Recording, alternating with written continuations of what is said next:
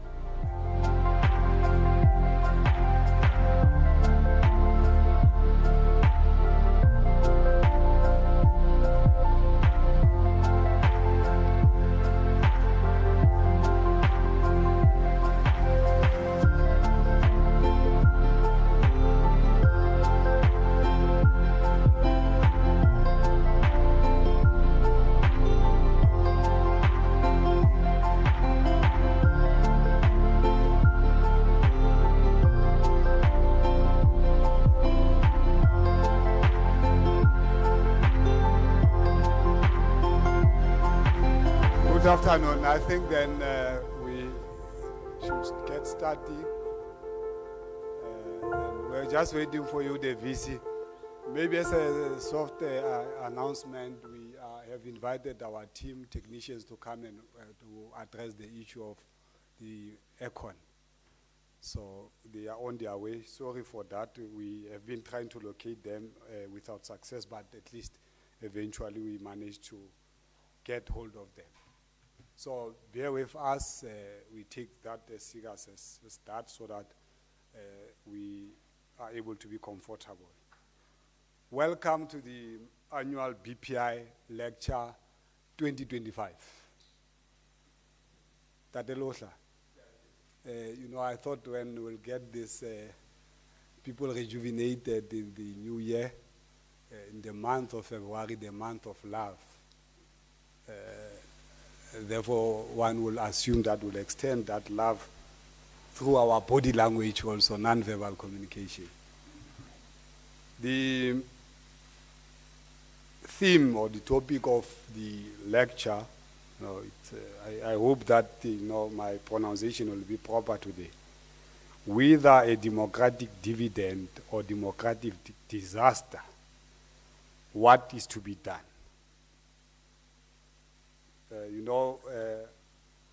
When I read the invitation, the immediate caption in my mind was a poem. And when reading that poem, the immediate caption was also extended when I read the abstract. I further extended this caption to poetic justice when you read the abstract by Justice Salbi Sak. I don't know what's the pronunciation, VC. I've been struggling with this pronunciation. But then I consoled myself. I said, I'm not sure on the pronunciation, but my aunt once told me when she was in class, her teacher, I think they were in grade 4, 5 then, her teacher wanted to introduce them to a musician known Hugh Masekela. So the teacher introduced the name of Hugh Masekela, pronouncing it as Hugh Masekela. And therefore, I guess that pronunciation in that context is relative. So, as we begin the program this evening, I'm going to invite to the podium the principal and Vice Chancellor of the University of South Africa, Professor Buleleng Ngabula. This is the biggest university in the continent in terms of size and shape. We've just below 1.2 million alumni, 370,000 students per annum, 1 million students applying every semester, wanting to study with the university. As we welcome Professor Buleleng Ngabula.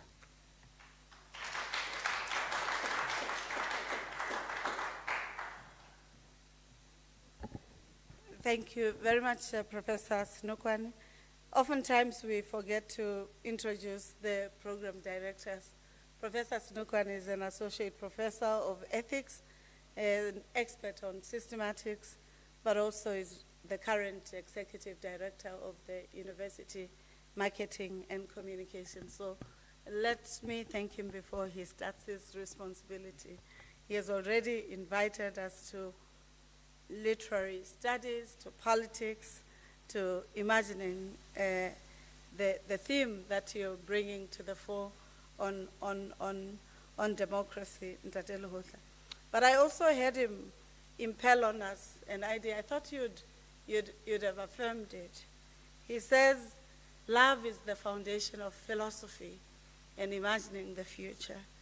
And I didn't hear anybody nod. Perhaps because scholarship has become functional and sometimes devoid of these ideas and philosophies that require us to be attentive as we serve society. So if government was a government of love, what would it be about? And if democracy was anchored by love, what policy decisions would we undertake? I think the conversation between philosophy, public affairs, public administration, and politics is quite important.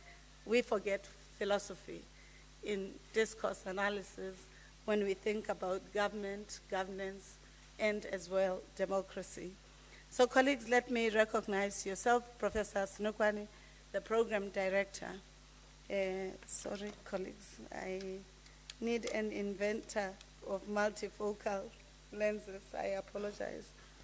Let me recognize Professor Lakima Tebula, the chairperson of the board of the Pool of Ideas Foundation, Dr. Padile Hotla, the former statistician general and a lecturer for this annual BPI Foundation lecture, and a great friend of the University of South Africa.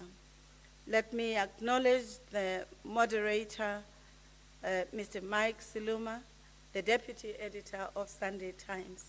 It's funny you're here, but we are quite appreciative of your presence. Sunday Times is a welcome accompanier in reflecting on discourses on society. So can I request that you give him a round of applause? I think it's a matter of love and courage to be at Unisa, Mr. Siluma, and we are quite happy that you have had that courage to be here. You know why, so we'll talk.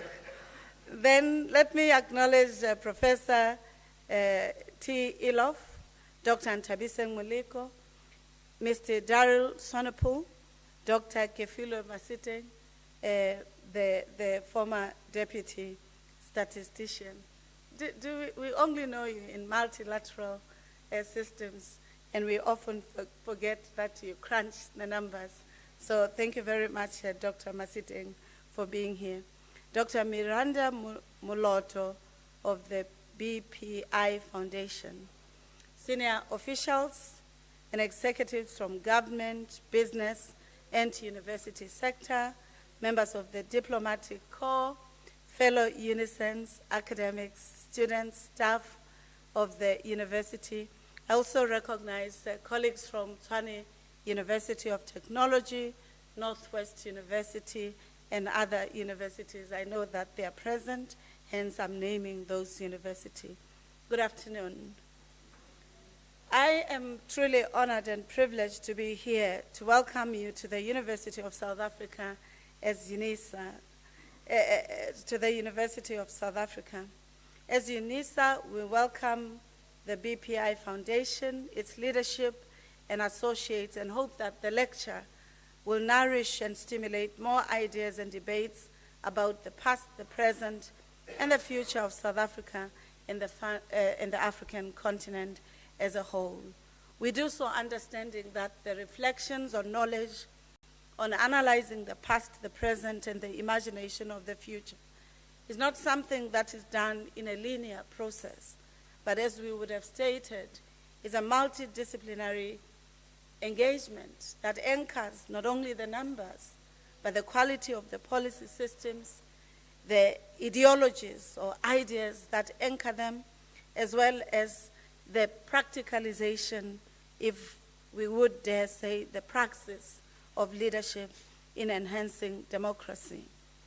The idea of South Africa and the idea of debating the state of South African democracy will always be important in the public discourse. And we hope that as an African university shaping futures in the service of humanity, we can add value as a platform through which such dialogues, discussions, contestations, and reimagination or co-construction of new ideas will find space and will be harnessed.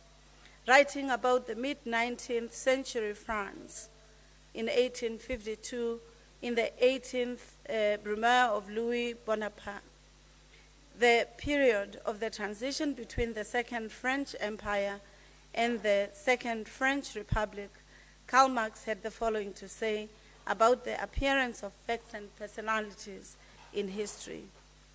And he refers to Hegel, if you remember the dialectic theorization and the contestation between the idea, the synthesis, and the contestation.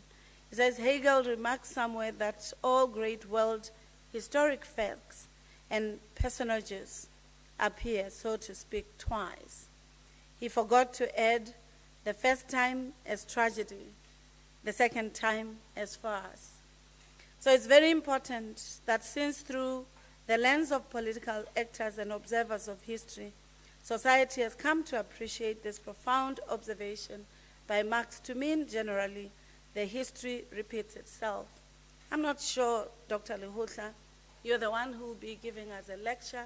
You'll help us to understand and discern whether some of these theories find expression within our context. But if I recall in the history, within the same time that Marx is making a commentary, in the context of Southern Africa, there were different contestations around the type of leaderships that our forebears would have wanted to form. Whether you think about Mushweshwe, Mantatisi, Shaka, and others. How did they imagine the future and the ideas of protecting or creating governance? This could be the dialogical aspects of also drawing on those epochs which are quite central in the current presence. Looking at the history of democracy and efforts of national development in Africa, almost 8 decades after the defeat of formal colonialism, with all the ebbs and flows of the democratic dividend, and situating our democratic experience within the wider African context, is it possible that we see today is an appearance of facts and personages, so to speak, twice, the first time as tragedy and the second time as farce? And if we look at the democratic turmoil, or even crisis, if you like, characterized by the rise of the right-wing ideology and populism, whether in the Euro-Americas context or even in our continent, what is the verdict that we can give about the thesis of the end of history and the last man? What does experience and data say about certain types of political systems and economic models that have governed the world in the past century? Whereas I often look at reality through the lens of optimism, I cannot but reflect on the weight of history on our own experiences of democracy as South Africans and indeed as Africans. One of the questions that linger on my mind is how the successes and the setbacks of democracy have also to do with the colonial legacy which we experience as neocolonialism in Africa today. And that I want to put as a question. And precisely because of this question, can we think of democracy as a universal concept and a practice to the extent that we can say one size fits all?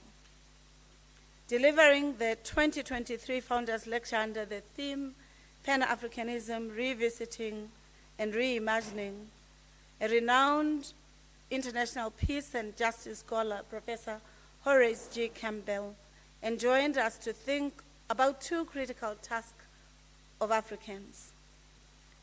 He speaks around self-definition and the emancipation of Africa's descendants worldwide. He also speaks about the support for the revitalization of Africa, thereby elaborating on the humanity of Africa's peoples, not only in the continent, but abroad. I think we know that what Professor Campbell was trying to say to us, and we know that even as he was trying to conscientize us to thinking about Africa not just as a geospatial horizon, but also with these experiences of being Africa global, whether from paleontology or whether from political systems and migrations. This invites us to imagine even more. I'm discussing the idea of free, democratic South Africa by situating it in the wider context of the project of emancipation and the unity of Africa, deliberately because I truly believe that democracy can only succeed if its true emancipation is to be realized. And that can only happen if we must do and undo just embodying knowledges around what we are told democracy is about. Even primary students know that democracy is people for the people and etc. But are we people for the people? Are our policies attentive to the ecological systems, the validity of empowering humanity to live with dignity? Are we just promoting facts and personages, or are we looking into the emancipatory project? What do we do about the Berlin case that Congo is also contending with, even in our relationship with Congo? So South Africa's democracy is not just for its own sake, but it also has tentacles that are entwined with the continent as it is in the global arena.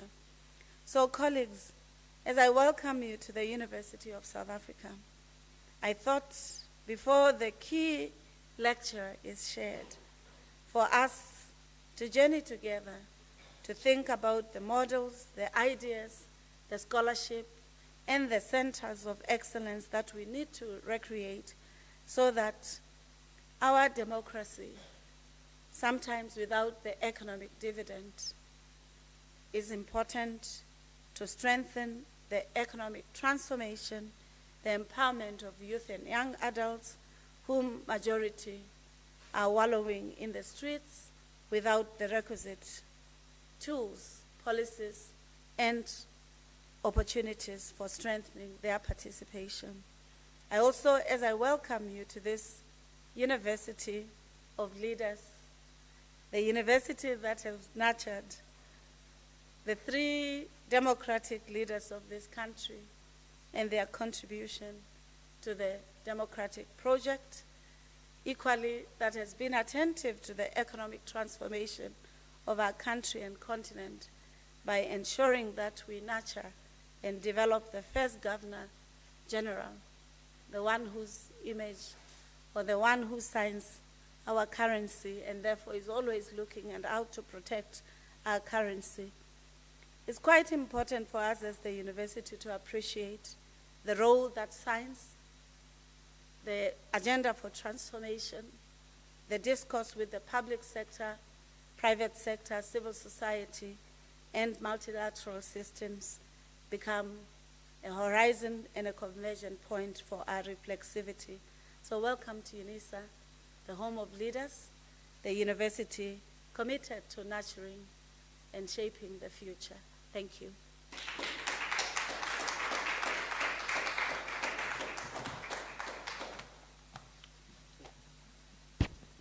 Thank you very much, Prof. Lengabula, the Principal and Vice Chancellor of the University of South Africa.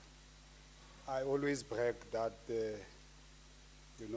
sometimes people can speak English, but English does not correspond with content. Sometimes you have content and you are lacking the lingua. It does happen.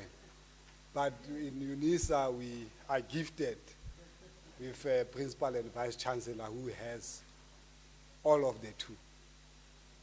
Thank you very much, VC.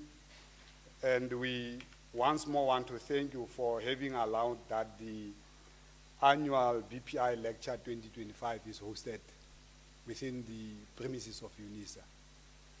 Unisa operates on an open door policy, of course, not at the expense of denting and damaging the brand of the institution. But we invite communities, different stakeholders, to come and hold their activities within the institutions, of course within the parameters of the existing policies of the institutions. We are going to move to the next speaker on the agenda, Prof. Lakima Tebula, who is the chairperson of the Foundation of BPI, board chair. Perhaps I should welcome him with a question, because the invitation and the topic of the event is in a question. So maybe to simplify it for everyone who's here as a guest, maybe I should ask a question of Albert Einstein. And I quote, "A question that sometimes drives me hazy. Am I or are the others crazy?" Sometimes when a question is posed, whether a democratic dividend or demographic disaster, what is to be done? Am I or the others crazy? As I welcome Prof. Matebula.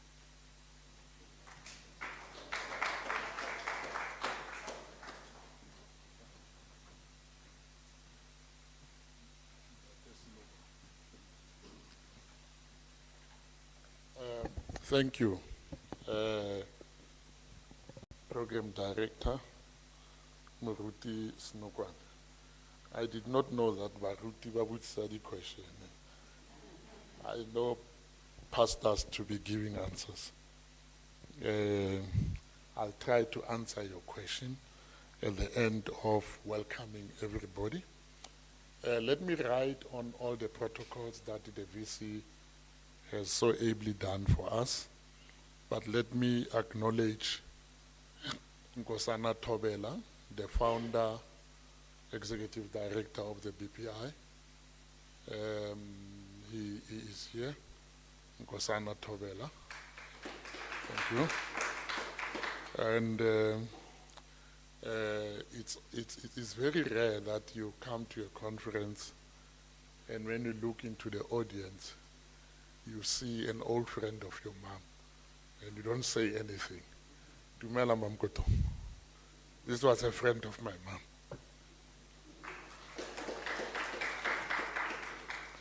Let me acknowledge the head of the African Peer Review Mechanism, Dr. Eddie Maloka, who is here with us. And let me also acknowledge our former ambassador to Sudan, General Yekela, who is also joining us today, accompanied by Dr. Telela Vika from Wits University. And I think I've read the protocols and supplemented what the VC did. Thank you, VC. Let me express my gratitude to Unisa for being the inaugural host of the BPI Annual Lecture. And who knows, with good collaboration, nothing stops us and stops the BPI from making this a long-term arrangement.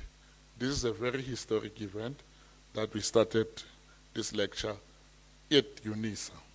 Thank you, VC Puleng, and thank you, Professor Snokwani, for the logistics. Let me thank Arena Media for anchoring the lecture as a media partner and for recommending Date Mike Siluma. We call him Bra Mike, an experienced journalist and editor in South Africa. Bra Mike is an institution of journalism in the subcontinent. He is as much a footnote in African journalism as he is an endnote. Thank you, Bra Mike, for being part of this historic beginning. We appreciate it. And if you know the BPI, you must ask yourself that, or you must start imagining that if we start our lecture by inviting Professor Padi Lehotla, and you've seen our award ceremonies, how they were going up, you can just imagine who is next in the next year to actually be our next lecture. Nkosana told me that he got a WhatsApp from Barack Obama. I don't know what was in the WhatsApp. If it can be reduced to measurables in Tatelehoka, it competes with rhetoric. And that is what guided us to choose you as the first inaugural lecture, because we respect your respect for numbers. So because numbers remove rhetoric, we thought we should get you to be an inaugural lecture so that you determine the cadence of our lectures. The BPI, unapologetically, it's a middle-class project by South Africa's courageous middle class. We are not apologetic about that. We are a middle class, most of the members, and this is a project of making sure that this middle class has the right content to guide this country. Without the middle class, society tends to lose direction. It is designed to ensure that this democracy outlives us and the many other generations after us. We are not ready to outlive the democracy. We want the democracy to outlive us. And that's why the BPI was thought of. We are reclaiming our ideation position as citizens of a country which is home to 30% of the world's minerals reserves. This is a country that has 40% of the world's gold reserves. This is a country that has 90% of chromium and platinum resources. It's a country that removes a heart from one human being to the other. It's a country that converted coal to petrol. We are not an ordinary country. We are not ordinary. And the sooner we realize that, as South Africans, as the middle class, the better we can start to be positive about our society. We are a country that was able to produce a language that is a language of science and commerce, and that language is less than 150 years. And it is already competing with languages that have millennia.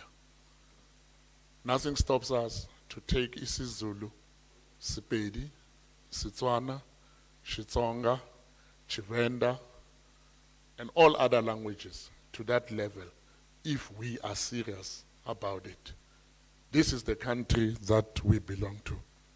We are becoming a standard regarding using the rules-based global order. The fact that we were able to take Israel to the ICJ purely on the basis of what the law says let's take away the politics that are happening in the Middle East. We just said when we look at this thing, we see genocide, let the court prove us wrong. And if the court said we are wrong, because of our respect for the rule of law, we would have accepted that we are wrong. In as much as we expect everybody to accept that they were wrong when they said it's not a genocide. And this is a country. If you remember the lawyers that were there, we saw the sharp legal minds that were there, and that shows us that we're not a proper country. So those harassing Eastern DRC might find themselves in the ICJ for the less reported genocide that is happening in the Democratic Republic of Congo. South Africa will not leave them untouched if we find that there's genocide there. The BPI is a platform of engagement. It is an outlet for thought through ideas, both as a think tank and collaborating with other think tanks. It is supported by an advisory board. The executive director I introduced, the young Reverend Nkosana Tobela, and a team of committed volunteers like Keke Mukotong and many others that I don't have the time to call. BPI hosts the Iconic Excellence Award VC and this annual lecture series in 2025. There will be a minimum of 4 seminars this year on various topical areas supportive of South Africa's strategic affairs, including the G20 hosting. We're prepared to collaborate with Unisa if Unisa has appetite. Let me thank you for coming. The order of the day doesn't belong to me. It belongs to Bramike, who will be ably supported by the brains we have here. And Dr. Tiens Ilof, I'm going to say it in the language that you'll be very excited. Is 'n omvang van Suid-Afrika se toekoms en is 'n begrip van die mag wat lê in 'n dialoog is vir my altyd beter beurt. Ke leboha ntate Padi Lehotla ka dipalopalo tsa hae ho tlisa nnete pepenene. Padi Lehotla o nka dipalopalo a tlisa nnete pepenene. Your legacy will always be that of making numbers to talk. Those that don't listen to you, they have themselves to blame. Bommen Tabiseng Muleki, Likifile Matsiteng, re leboha your ability to show us that until it has landed on the Mbogoto, we can't eat. It's about Mbogoto king, you know? And let me also thank Dr. Sonepul for agreeing to our invite, and we're happy that you came. Thank you, ladies and gentlemen. Let these broadly pulled ideas blossom. We're waiting to hear Ntate Lehotla, and we're waiting for you with questions. Please allow me to transfer your question to Ntate Lehotla. Thank you.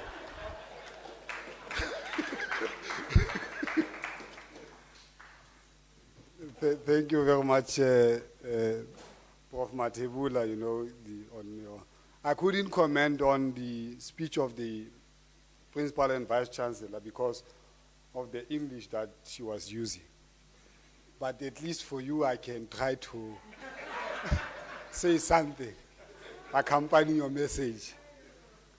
The best argument against democracy is a 5-minute conversation with the average voter. These were the words of Winston Churchill. That 5 minutes is critical because it speaks to the experiences of the ordinary voter, immediate experiences on how they understand and interpret democracy, whether it works or it does not work for them. That's why they say that that 5 minutes is critical as the best argument to make a determination whether democracy works or not. As we move to the next item of the agenda, because we are moving behind schedule, we are going to invite the main speaker of the day.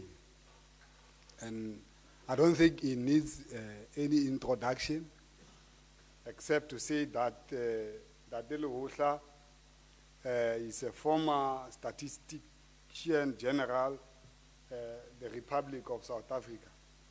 Dadele Hohla, every time I think of you, I imagine parables.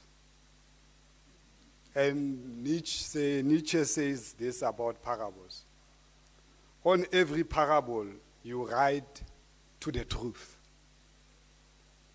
Unquote. It's very interesting that when you also read what Elizabeth Kubler-Ross states, and I quote before I make it relevant to our context. According to my parents, I was supposed to have been a nice, church-going Swiss housewife. Instead, I ended up an opinionated psychiatrist, author, and a lecturer in the American Southwest who communicates with spirits from a world that I believe is far more loving and glorious than our own, unquote. In short, what Elizabeth is doing, she equates the university with the world of spirits and says that it is loving and glorious than our own world.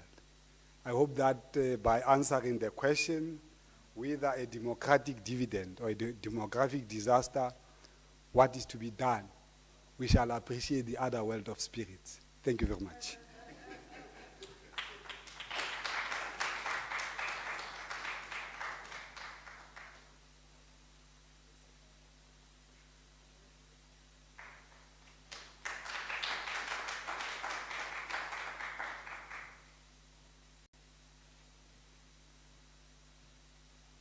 There's no one. Director of the program. When I called, it was under strict instructions from Dade Tober. And I called, and you answered, and it happened, and we are here. Vice Chancellor, Professor Lingabula,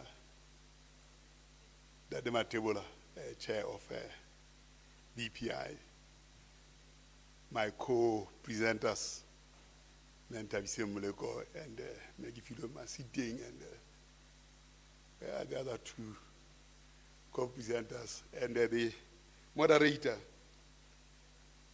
Dades Luma. I am presenting on some topic that, as Dades Nogwani characterizes it, I probably have to say maybe I should change the topic, but now it's too late because my presentation has captured it that way. Because I might prove to be fairly inadequate in managing it. If I could have the screen up instead of the red, I happen to have addressed the EFF. And I came with the raids a bit. Professor Maluka, your book is part of what inspired me to think about either a democratic dividend or a demographic disaster. When the Calabash Awards were given by the Chancellor, President Beki, he had invited Justice Albie Sachs. And Albie Sachs said something very profound, that in his intervention, that we have the country, but do we have the society? And I thought that I should elaborate and follow this a little bit to ask the question whether a democratic dividend or a demographic disaster. I try to explore the nexus of democracy and demography and pathways towards how those two can converge and probably deliver the dreams of the RDP. My former office, in the course of thinking that way, then released the IES of 2022, Income and Expenditure Survey. I was crossing my fingers that that data point will be available. And when it arrived, it released the tension that I had of speculation, in that at long last I could talk even to the current facts and say, what is the interpretation that I will assign and ascribe to these facts? Little did I know that there was no air conditioning here, and I thought that I should bring my own air conditioner.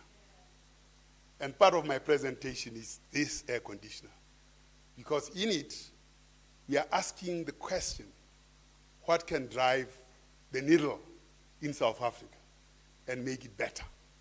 What is it that is significant and can make significant contribution to the poor? I'll end up with that. The release of the IES put me in a bit of a conundrum as I explored the numbers. Because in it, it revealed what Keynes advised Roosevelt to do. But in the same data, we see Milton Friedman. In the end, you actually don't have Keynes nor Milton Friedman. And this is where the weakness of our policy designs are, that we wallow through life without a clear path of where we are going. And that contradiction of Keynes and Milton Friedman has landed us in this chaos that we have. My laptop is asking whether I can see the pictures. So what is the outline? I actually think that we have an enduring legacy of Verwoerd. And I explore the evidence from the 2022-2023 Income and Expenditure Survey, how the data reinforces the practices of Verwoerd, and how do we undo the mental shackles from a systems thinking and systems design point of view, and what can we do around the greatness of the future, which is here, and energy systems of the future, and lift the poor out of poverty. The enduring legacy of Verwoerd starts with a vote in 1953 in the parliament of the country on the 23rd of September, when he said, what is the use of teaching Bantu child mathematics when it can't do it in practice? We haven't resolved that legacy, because even now the president, the minister of education, the MECs of education, the principals of high schools, the parents, the children, all run into this madness of ensuring that Verwoerd is alive and well in his grave. That we run away from mathematics because we want those indicators that make schools show that they are progressing on nothingness. You see, when Verwoerd said in 1953, what's the use of teaching Bantu child mathematics when it can't use it in practice? Here you see the Indians, the blacks, Africans, and the colors, all huddled together like bananas in the dark. And you see the whites up there. And when Verwoerd said, what's the use of teaching Bantu child mathematics when it can't use it in practice? You see the Indians actually taking a different route, altogether a different route. And what you see in the Income and Expenditure Survey, a number of years later, it is that departure that the Indians deliberately followed. And when you look at that chart there, you can see the acquisition of higher education by the whites against the blacks. The proportion of those with degrees amongst whites, it's almost like the proportion that you'll find in Korea. Around the blacks, this is the thin proportion that you get. And this is 80% of the population. You can't run a country with this kind of thing. Not that skill. In 100 years, in 1,000 years. And that pattern is not changing up to today. And is reinforced by saying, what's the use of teaching Bantu child mathematics when it can't use it in practice? And therefore, we go for maths literacy. Transitioning from there into university, there is an issue around intergenerational value. If the graph goes up that way, there is intergenerational value. If the graph is going down that way, it means it's disaster. And therefore, there we see amongst blacks and coloreds that generational disaster, demographic disaster. And amongst Indians, you can see they'll be catching soon with the whites. I did the same analysis for census 2022, and you see the patterns actually similar. And you see whites there, Indians there, blacks and coloreds hovering downwards in terms of progression ratios. This cannot deliver this country out of disaster. Now you see, even now you see those dogs barking at each other. The gate is open. And that's where we are trapped. We cannot go over that gate. This is where we are. And even the elephant, once it's released, it still thinks it's tied. And the elephant in the income and expenditure survey is so palpable. The evidence is so palpable. Here we find that the income and expenditure survey that the Statistician General released on the 28th of January, I hope a lot of you looked at that. And I hope it is hope and true. And it gives you average annual household consumption as well as the median. What is more important is the reinforcing practices. Here I saw Keynes, and yet I also saw Milton Friedman. For the first time, the black consumption expenditure shares surpassed that of whites, 62%, from 41%. Rose to 62%, and that of whites dropped from 45% to 25%. On the back of, indeed, around 2022, around the SDR. What is it, SDR or SRD? The money that government gave for COVID to people. It rose that figure to 62%. And that means of the expenditure of 3 trillion, blacks had buying power of 1.8 trillion. The question is, what do blacks do with that income? And this is where the dog fights the other dog. And they don't want to meet, even if the gate is open. Now, this is a sad story, a real sad story of where blacks actually buy and spend their money. You see, in South Africa, and I have all African countries here, in South Africa we have large shops, medium and small shops, specialized shops, private service providers, and public and semi-providers. And then we have these ones, the markets, where blacks and the foreigners fight. 1.28% and 1.57%. Here are the checkers, and all these are owned by white. That's where the 1.8 trillion goes. And now this is where Keynes, in terms of ensuring that you make money available for consumption, works. But if on the other side, there's no industrialization, that money will go to these outlets for consumption and no industrialization by blacks.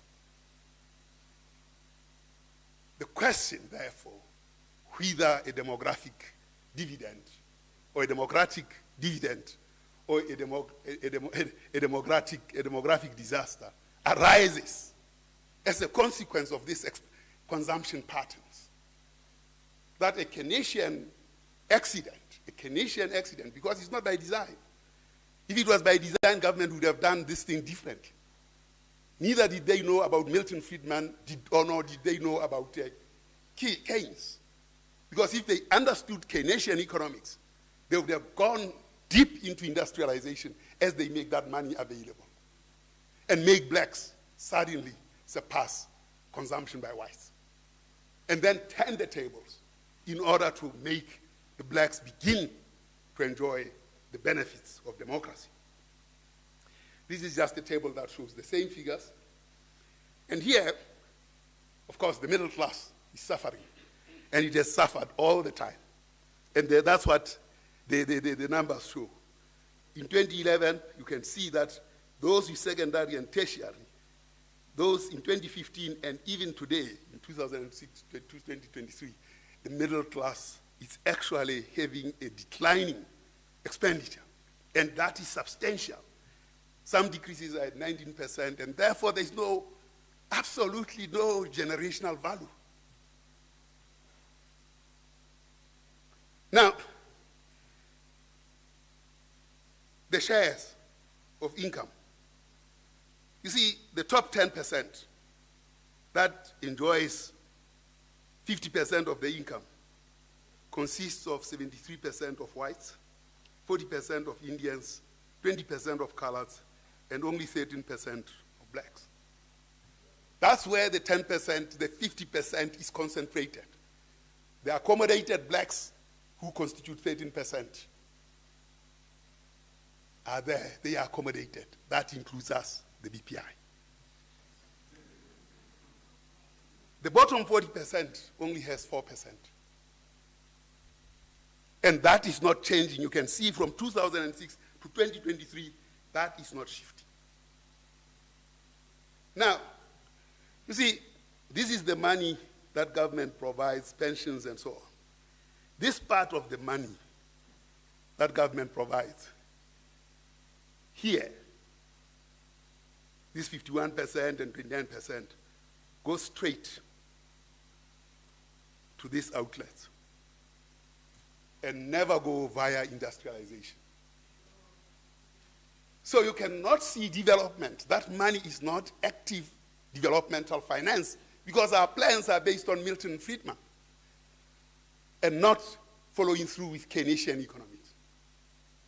So in a system of government that follows both Keynes and Milton Friedman at the same time, then we have a perfect Madibuse Ngajin Green, Hosas already. Yeah?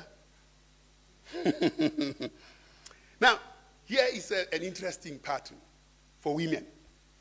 But this is the falsification of statistics at times. Across this time, women made the biggest gains across in terms of this income and expenditure side. However, it is based on low base. Low base effects exaggerate progress. And you have to understand that. However, there is also an issue around this progress that they have made. As of 1996, in the first census that we ran, I ran these tables to see percentage of women that actually complete degrees relative to men. You can see the gap was so huge here.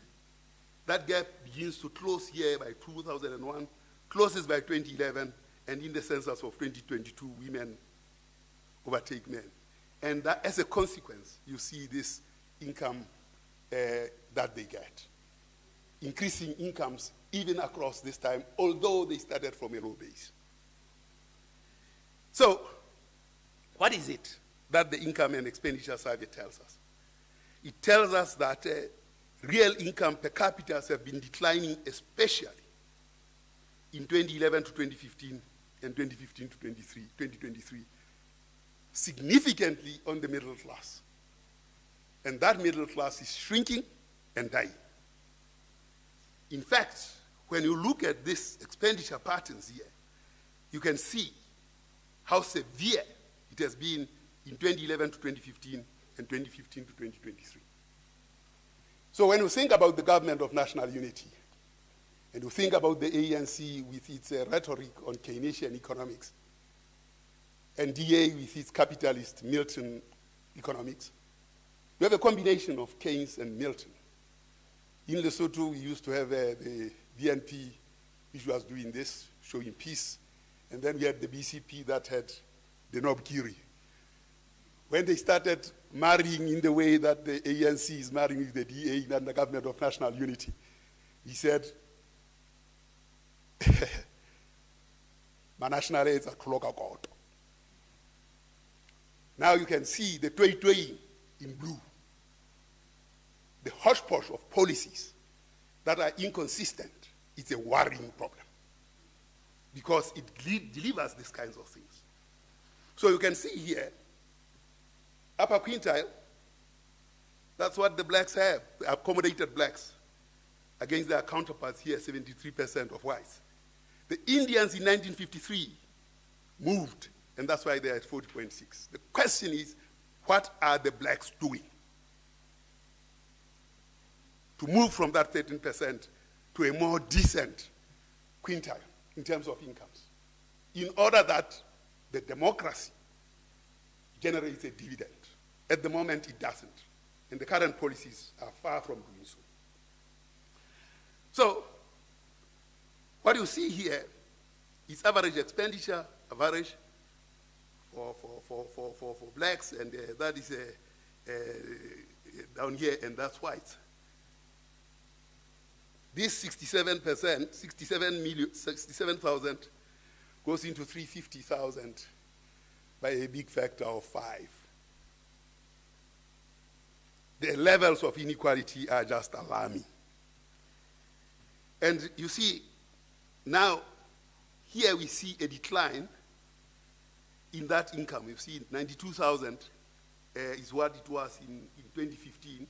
It has dropped to 81,000 for blacks in 2022, according to the results of the Statistician General. And income for whites has absolutely stretched out that way. So what is it then that we are seeing here? We can see that white income is 4.7 times that of African income. And in time, that white income by 2022 was 5.8 times, increasing the inequality. At the heart of this condition that continues to this day are policies that are toying in blue. So what does that mean in terms of skills? Why are we in this kind of dilemma? So I looked at the skills from 1994, the people that are employed in 1994 with some skills, and I look at that up to 2024. We are waiting for the report of the Statistician General for 2024. The tale will be the same. So by 1994, the inequalities were known and were understood. With those with skills very, very low amongst blacks and coloreds, and amongst Indians and whites more reasonable. Over time, we see the blacks and coloreds staying almost the same. We go to 2020, we see the same thing. We go to 2021, it's not different. We go to 2022, it's not different. In 2022, you can see that the blacks and the colors here are trapped at about 17%, when these whites and Indians are actually flying. That's the level of skill acquisition, amassing skills. But these two groups are only 10% of the population. These are 90% of the population, and they don't have the skills. And we hope that we can go forward. The democratic dividend is bound to reverse. It will not go forward. It shows in terms of the employment. As of 2008, 1.6 million young people aged 15 to 24 were employed, and here 4.8 million were employed. As of today, fewer, 1 million only are employed from 1.6, and here is 4.7 instead of 4.8 in a growing population. That means acceleration of a disaster. So I've shown you this in terms of skills. And we celebrate this 250,000 students, so many black students.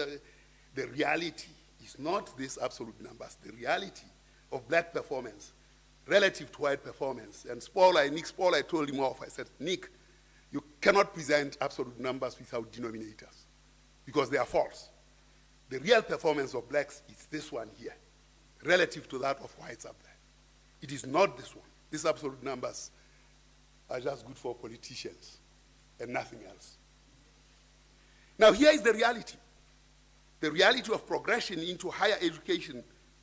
This is where blacks are, this is where coloreds are, and this is where Indians are moving, and they are surpassing whites. You see that blue and purple, and the blue and purple in whites, and that in blacks in tertiary education, and this litany of disaster in there, and amongst colors. This is disastrous. Well, demographic transition. Indeed a transition, but without a dividend in South Africa. In China and all these other countries where South Africa was a compatriot, and more likely in Latin America, blacks have not had that demographic dividend, although they have had a demographic transition of fewer children. I will talk about that for a long period, but here is where it is. China, with that transition, made sure that there is a dividend of 6.9% annually, whereas amongst the South Africans, it's only 1%. I don't know what I'm doing up to time.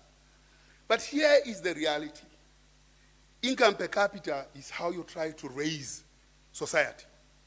And that can be done through labor, productivity, that is productivity, through absorption rate and terms of trade.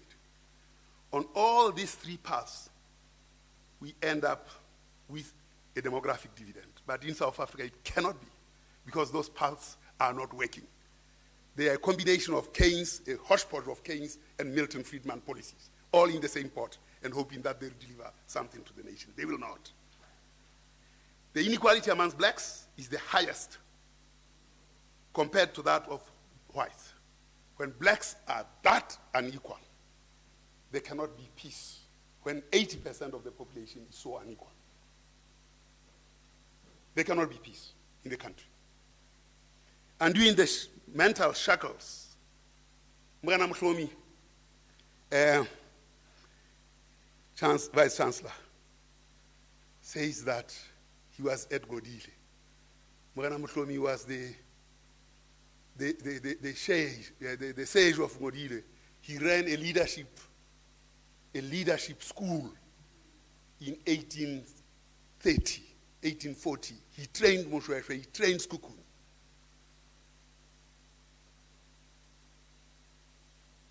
And he is, as Marc Dupree would say, the Aristotle of the Free State, of the Valley of the Free State.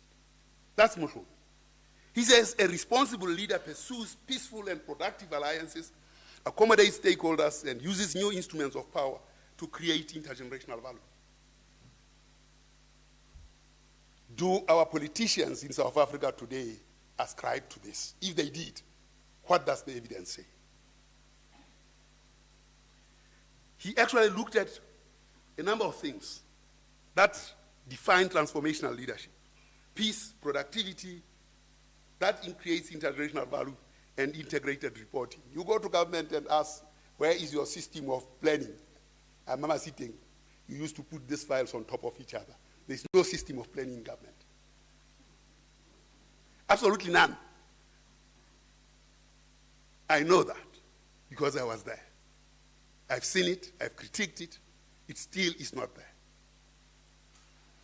Apartheid did better, and they had something that they tried to give to Stetsey, and I said, well, we are statisticians, can you take this to the RDP? There was a man by the name of Perry there, his name was Perry. They had this system, which was a massive one, input and output tables, the SAM and other things that they could do to model. We lost that possibility. So what do we owe each other? How am I doing for time? That is no point. I hope I'm not, because I promised men to be saying. You see, Monique Shafik says a number of things about what we owe each other. When we are young, we go to school. When we are getting older, we work. And then when we are at my age, we go on pension. But now the Minister of Finance says you should take a third of your pension and eat it when you are here. Will you go into pension? You can't. You will fight over that with your children. And that is happening in many black families already.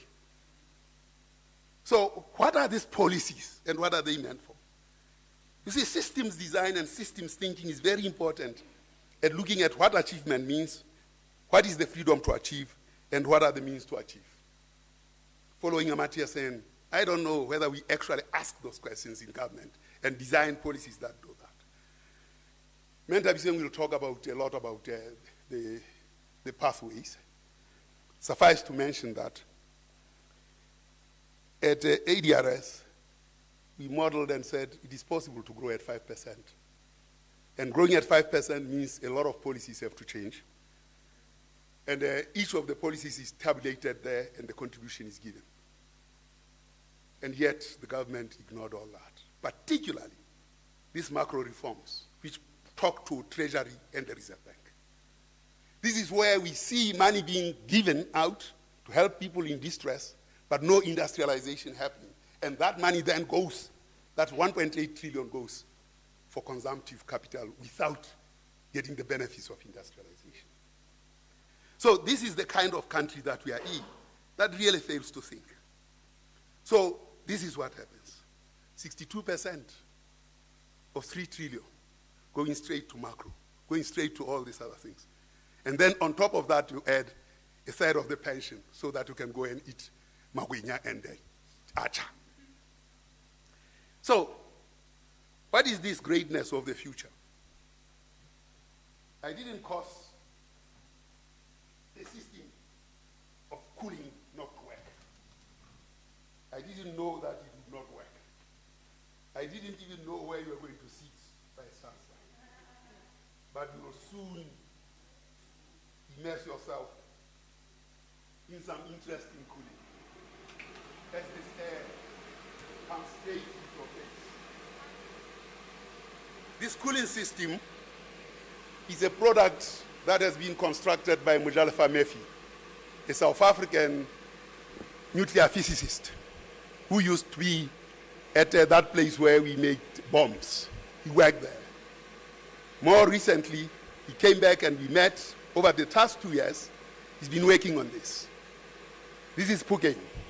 It cools without using HVAC. It just uses water and the motor. It cools to what is dew point.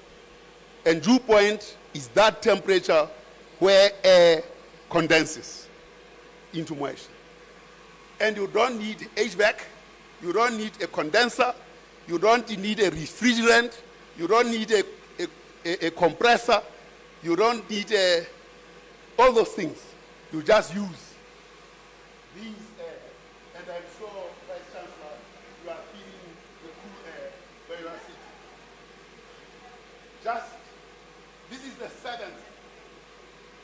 This is the seventh prototype that we have invented. And it works. Our view is this: we must disrupt the energy systems of the 20th century by introducing the 21st energy systems that are based on Newtonian laws of if there are two surfaces, one that is slightly cooler than the other, evaporation will occur. It is evaporative cooling, but not evaporative cooling to wet bulb, but towards dew point. And we are in the process of going towards refrigeration at no cost except God's given sun, because then we can even have a solar panel. With this technology, we can use our coal, we can use everything that we have, we can use our nuclear. This, we believe, should be centered around cooperatives. And the cooperatives must disrupt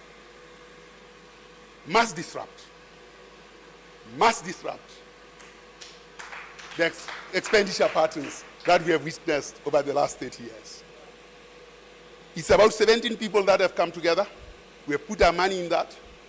We are looking at building cooperatives as a model, because manufacturing this is the way to go. It will de-risk Eskom's demand for energy, but it will also expand access to cooling. What are the statistics? 20% of energy consumption in South Africa is to cooling. And it's only for those who actually afford cooling. But we can expand cooling to every school, to every hospital, to every child, to everyone in the country. And it will cost very little and dramatically change the lives of people. Mujalefa's mother on a deathbed said, Mujalefa, my son, nuclear physicist, what's the use of your education if you can't use it for resolving the problems of development? And Mujalefa left Canada, where he could have sold this IP for millions and billions. He said, this must be in South Africa. We have been working on this, and it has the potential of industrialization. The possibilities and versatility of this technology is vast, absolutely vast. In car cooling, in electric car cooling, in nuclear energy plant cooling, in cooling households, in food security.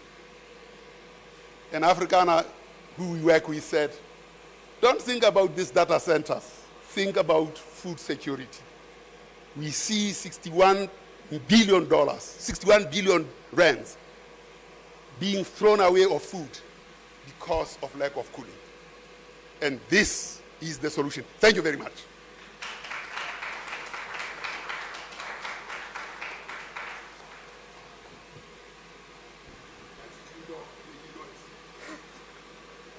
I have to switch it off. Dr. Mleko, you wanted to feel how it feels.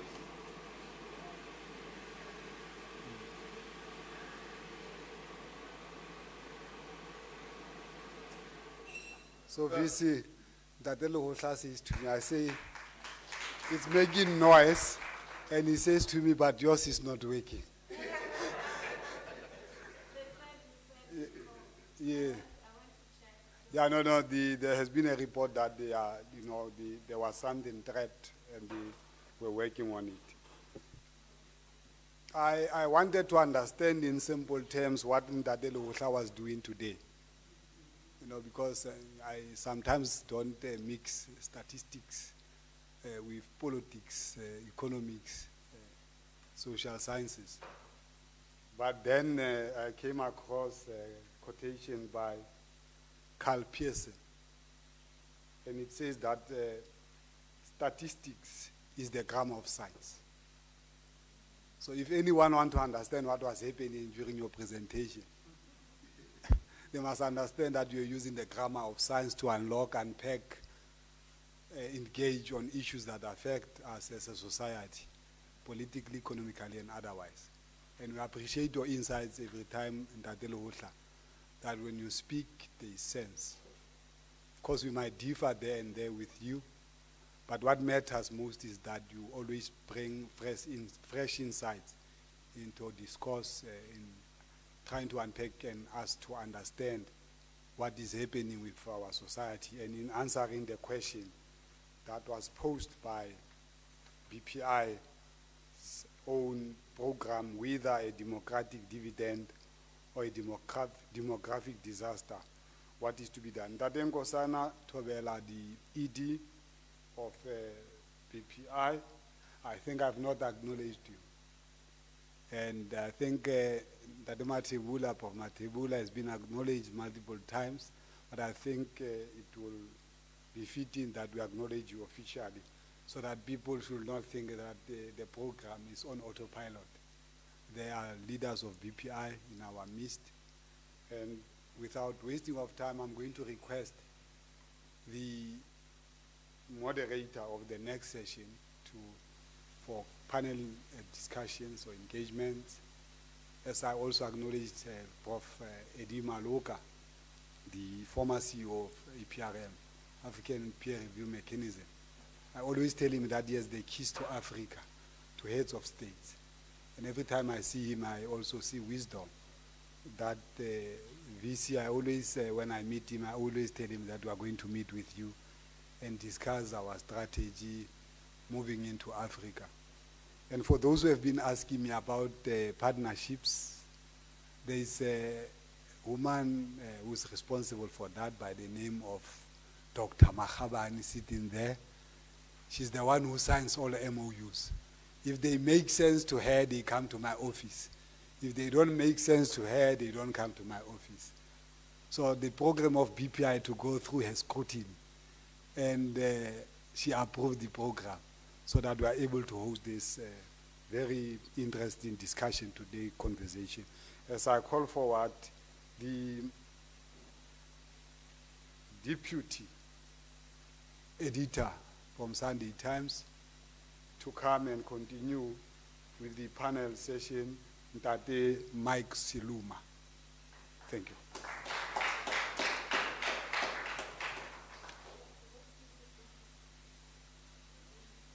Well, the VC is reminding me that there is a dean from the Thabo Mbeki school. Is it Thabo Mbeki alone? Because sometimes it has multiple names, and she's with Professor Mapoli from from KAES, College of Accounting Sciences. Agriculture, KAES, or not CAS, Agriculture, College of Agriculture. So, Prof, did they see you? Maybe just to wave? Both of, and this is Prof. Paswan, Edith Paswan. Thank you very much. As I call that day, Siluma to continue with the program.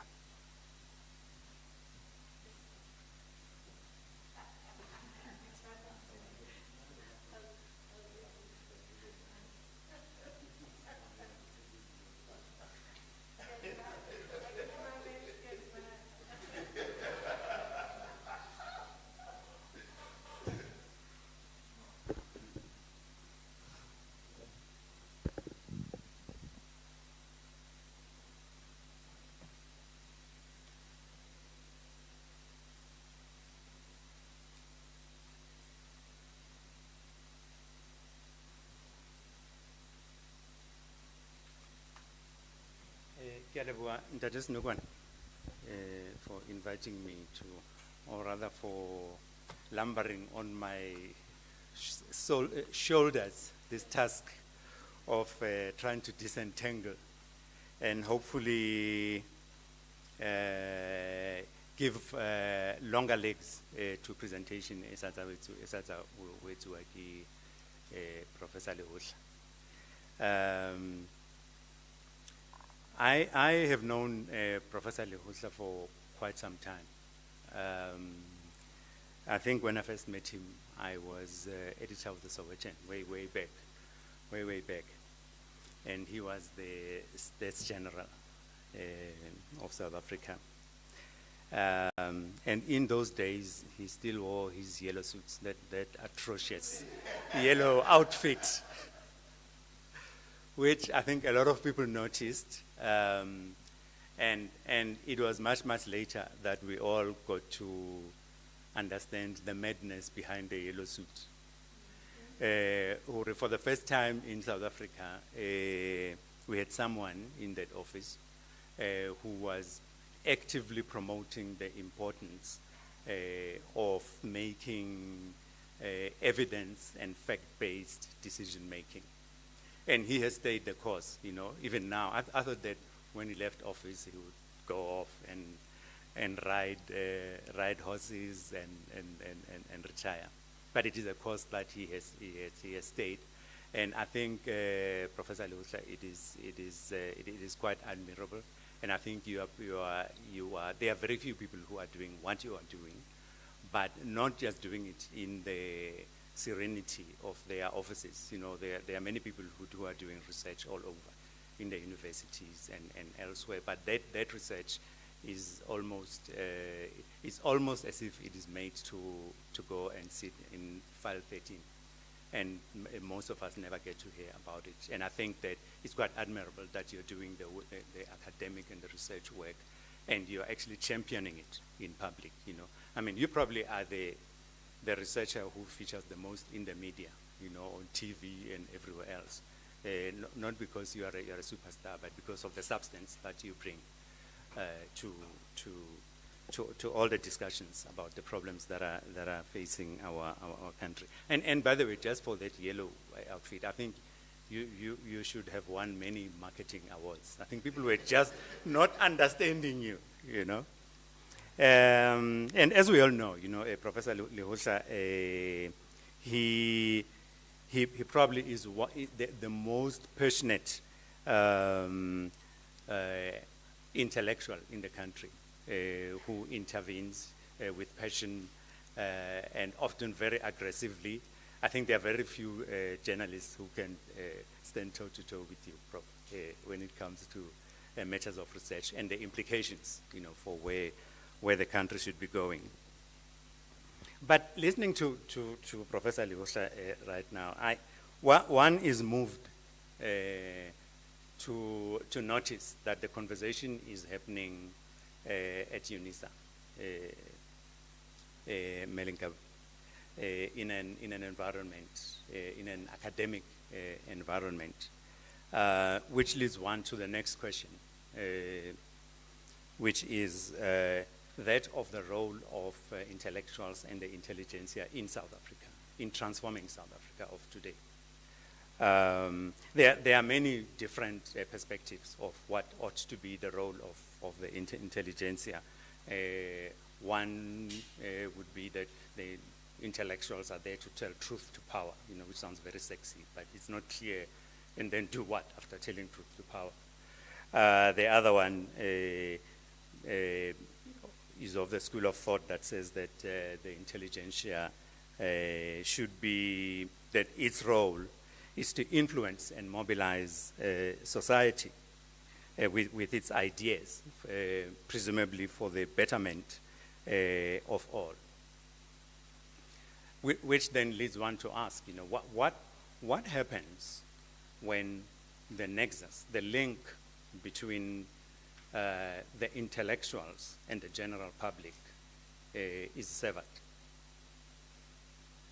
And what is the purpose of the work that the intelligentsia and academics are doing if it does not impact society, if it is meant to stay in the echo chamber of the rarefied echo chamber of the elite and I nearly used a term that is favored by one of our political parties, which shall remain nameless, that the intellectuals are the leaders of society, Now, if that nexus is severed, how does the intelligentsia lead and influence?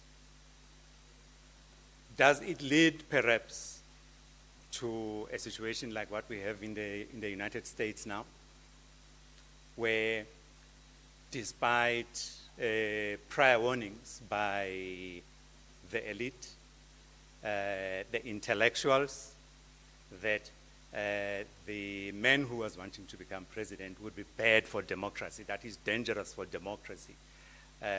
He's going to break the tradition, of how America has been governed. And in truth, he is living out what he had promised he was going to do. Now, what I'm asking is, where were the intellectuals and the intelligentsias in the United States? How does it happen that the intelligentsia warns society, talks about it every day, all the time, about the problem that is going to be befalling that society if Donald Trump becomes president, and the people go and give him a resounding victory? If we go to the United Kingdom, for example, they once had a prime minister called David Cameron, a very bright person, sensible, reasonable man, who got to a juncture in that country's history where there was a debate about whether the United Kingdom was better off staying in the European Union or leaving the European Union. And him and the intelligentsia, the majority of the intelligentsia in the UK thought that this was a no-brainer, that the British people, most of them ask, I look at your numbers, Prof, about education, etc. They probably looked at those numbers for the UK and thought, our people are learned, they're educated, they're sensible people, and they understand what has been our role and the reasoning for belonging to the European Union. So he said, well, piece of cake, If there are people who are saying we should leave, the European Union, let's put it to a referendum, you know. In the great old British tradition, the people will choose sensibly. Fast forward to today, the United Kingdom is out of the European Union, and the chickens are coming home to roost now as to what a bad choice it was that was made. But I'm mentioning these examples. Well, in South Africa, let's come to South Africa, and let me try and be controversial. I know Prof likes to be controversial, so he'll support me if I can. Whether you like former President Jacob Zuma or not, whether you like his policies or not, I think in the run-up to the election, many of the intelligentsia believed that MKP was not going to go anywhere, because in part, everyone knew that Jacob Zuma is not a fit, you know, for running South Africa, especially given what had happened in the past, you know. And despite the public sentiment among the intelligentsia, we got the result that we got in KZN and elsewhere, but in particular in KZN, that completely refashioned South African politics and probably will continue to impact on South African politics going forward. And then I ask again, you know, to say, how is it that the intelligentsia ends up thinking in one direction, which it believes is right, is progressive, that it modernizes society and does all those good things for humanity, and yet the people now and again will choose in the opposite direction. So I'm asking to say the presentation, for example, that Professor Lehosa has just made to us, which is very interesting, which is very important for all of us, you know, as South Africans to pay attention to. Many of the trends that are in the presentation are not unknown in South Africa. I mean, the broad trends, you know, for example, that Africans are the ones who are at the bottom of the pile, you know, as they have been in the past. And that white people and Indians are at the top, that, you know, colored people are somewhere in between. You know, sometimes they win, sometimes they lose, kind of thing. The question is, if our research, we have all this research in the country, because I'm sure Professor Lehosa is not hiding it under his bed or in his back garden or something. It is statistics which are released every year by, among others, Stats SA, which you, Professor, were releasing these statistics for the longest time. But it does not look like there is a connection between the academic scientific work that is being done, that is availing the country, that is being made available to the country, and where the country is going and how the country is governed. And I think that for me, the question that I would like to table, I know it's not on the agenda anyway, but I think that it is a backdrop question that might help us to understand why our country is not making progress. Why, in many respects, over a period of time, we actually are regressing, we're moving backward. So I'm saying all the work that we are doing in our academic institutions, all the graduates that we're producing, all the money that as a people of South Africa are spending in that effort, how can we get to a point where it begins to benefit the country, actually, where we prioritize finding solutions for the country and get the fashionable term and get bang for our buck. I hate it myself, but I know that it's a popular.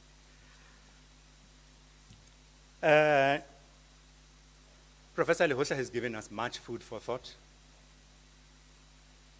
but we have not been left to our devices to try and make sense of everything that he has said. We have assembled here a panel of four prominent South Africans whose expertise and experience spans economics, politics, sociology, health, and you know, you name it.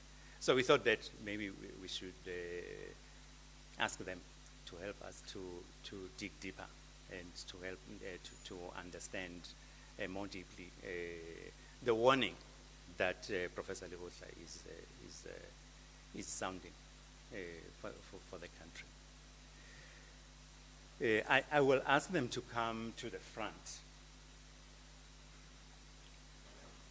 in no order of importance.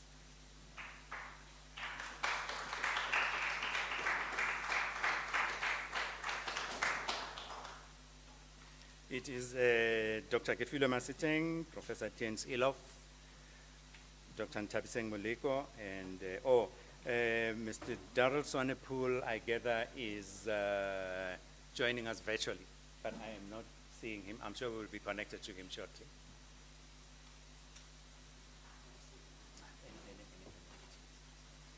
I think we need, no, the other chair is in the virtual world.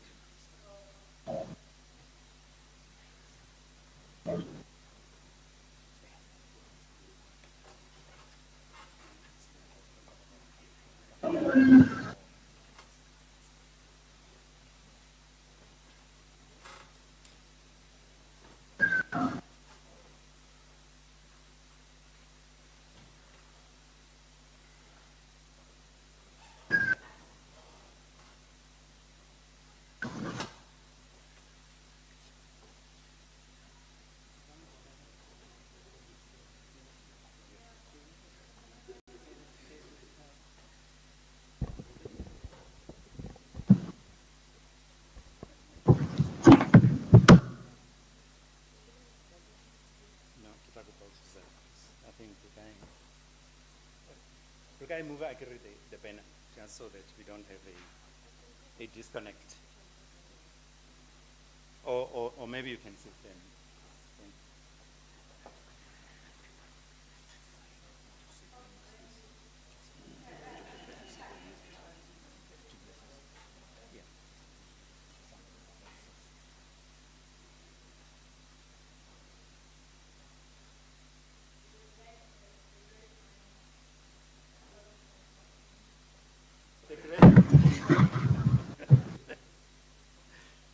I can see what you're trying to do.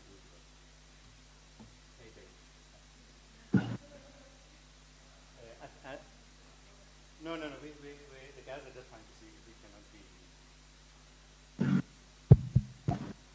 Hello? Okay, yeah, I think we are. Perhaps I should start by introducing the members of our panel.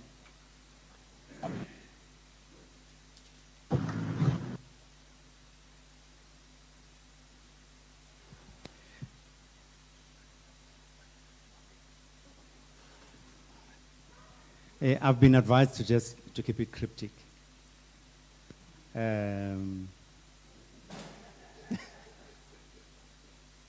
Like one line. Shall I start with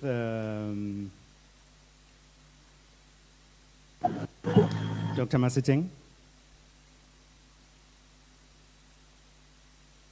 Dr. Masiteng is the former head of Secretariat in the National Planning Commission and is currently working with the United Nations. I could go into more detail, but I've been advised to.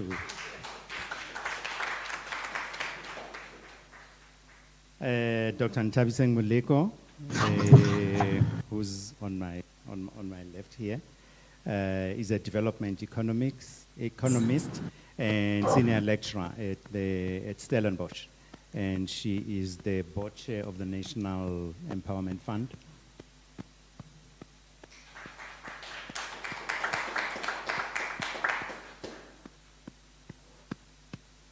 And then, can everyone see Mr. Swanepoel?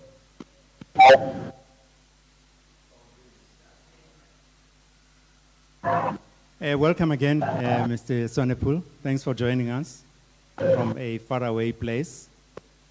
Mr. Swanepoel is CEO of the Inclusive Society Institute. He has got a wide experience in the world of business and teaching as well.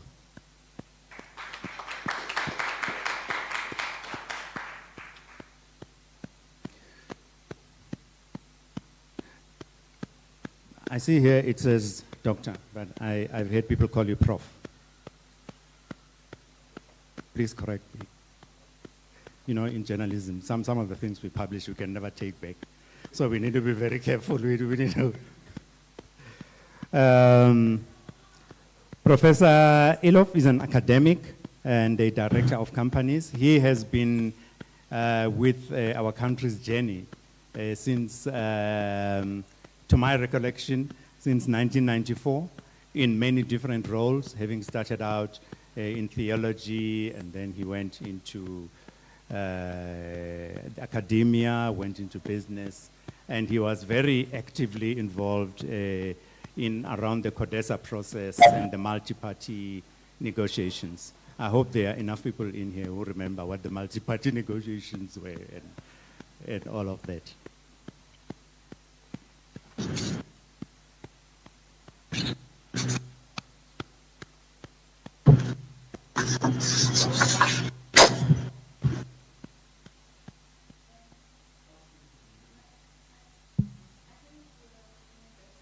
Is it?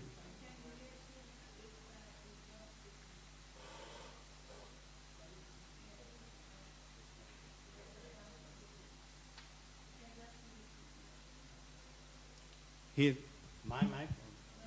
Or mute? Oh. Okay, I think we've spoken to everybody's.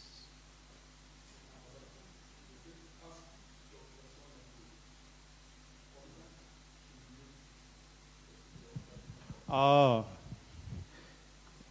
And that is on a pool. Apparently, there is interference coming from your side, so maybe you mute and unmute, you know, as you are about to speak.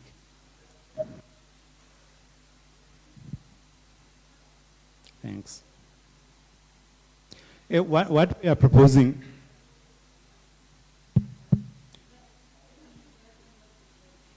Which one?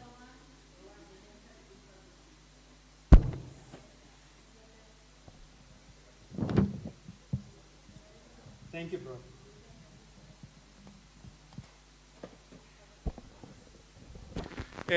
We thought we will start by asking our panelists in turn to give their response to the presentation by Ntate Padile Hosha.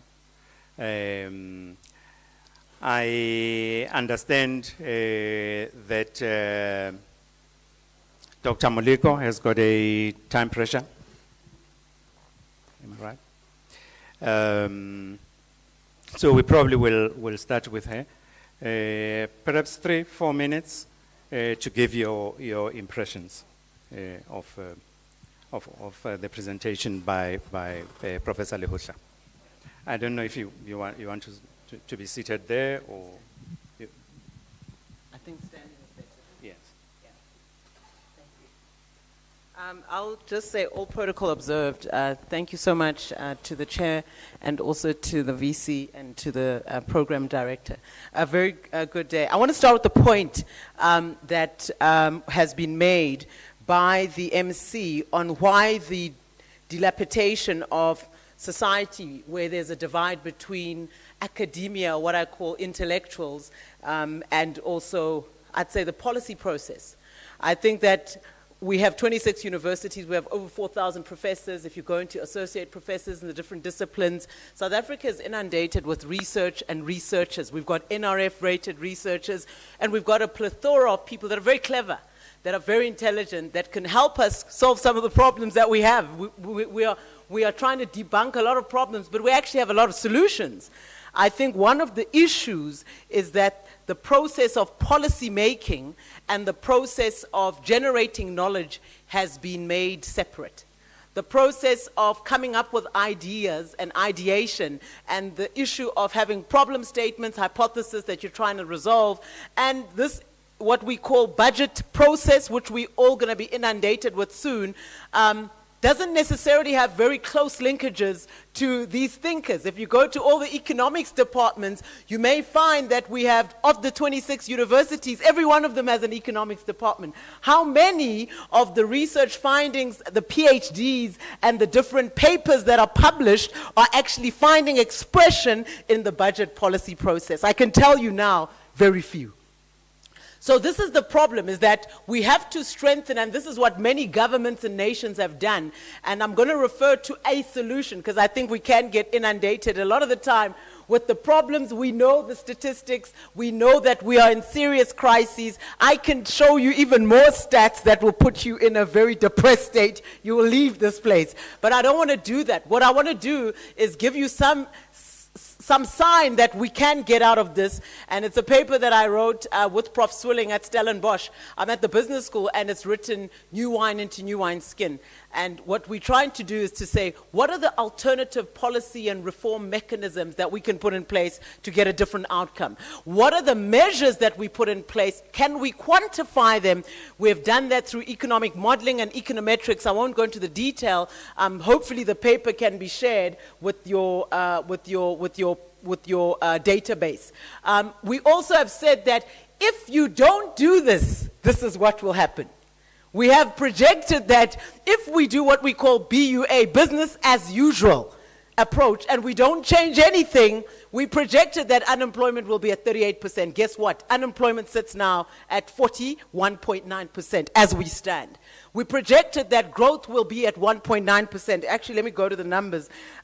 We projected that growth under business as usual will be sitting at a very constrained state where we see the indicator going down to 1.9. Guess what? MTBPS, the multi-budget policy process of National Treasury, caused growth, an estimated downward revision to growth last year from 1.9, I think, to 1.4%. The numbers are, they're in my head, but if I'm a bit sketchy, it's definitely been revised downwards to close to 1. We were at 0 point the year before. You know, things are not looking good. We said that if we don't change the policy trajectory, we therefore will remain with the problems we have.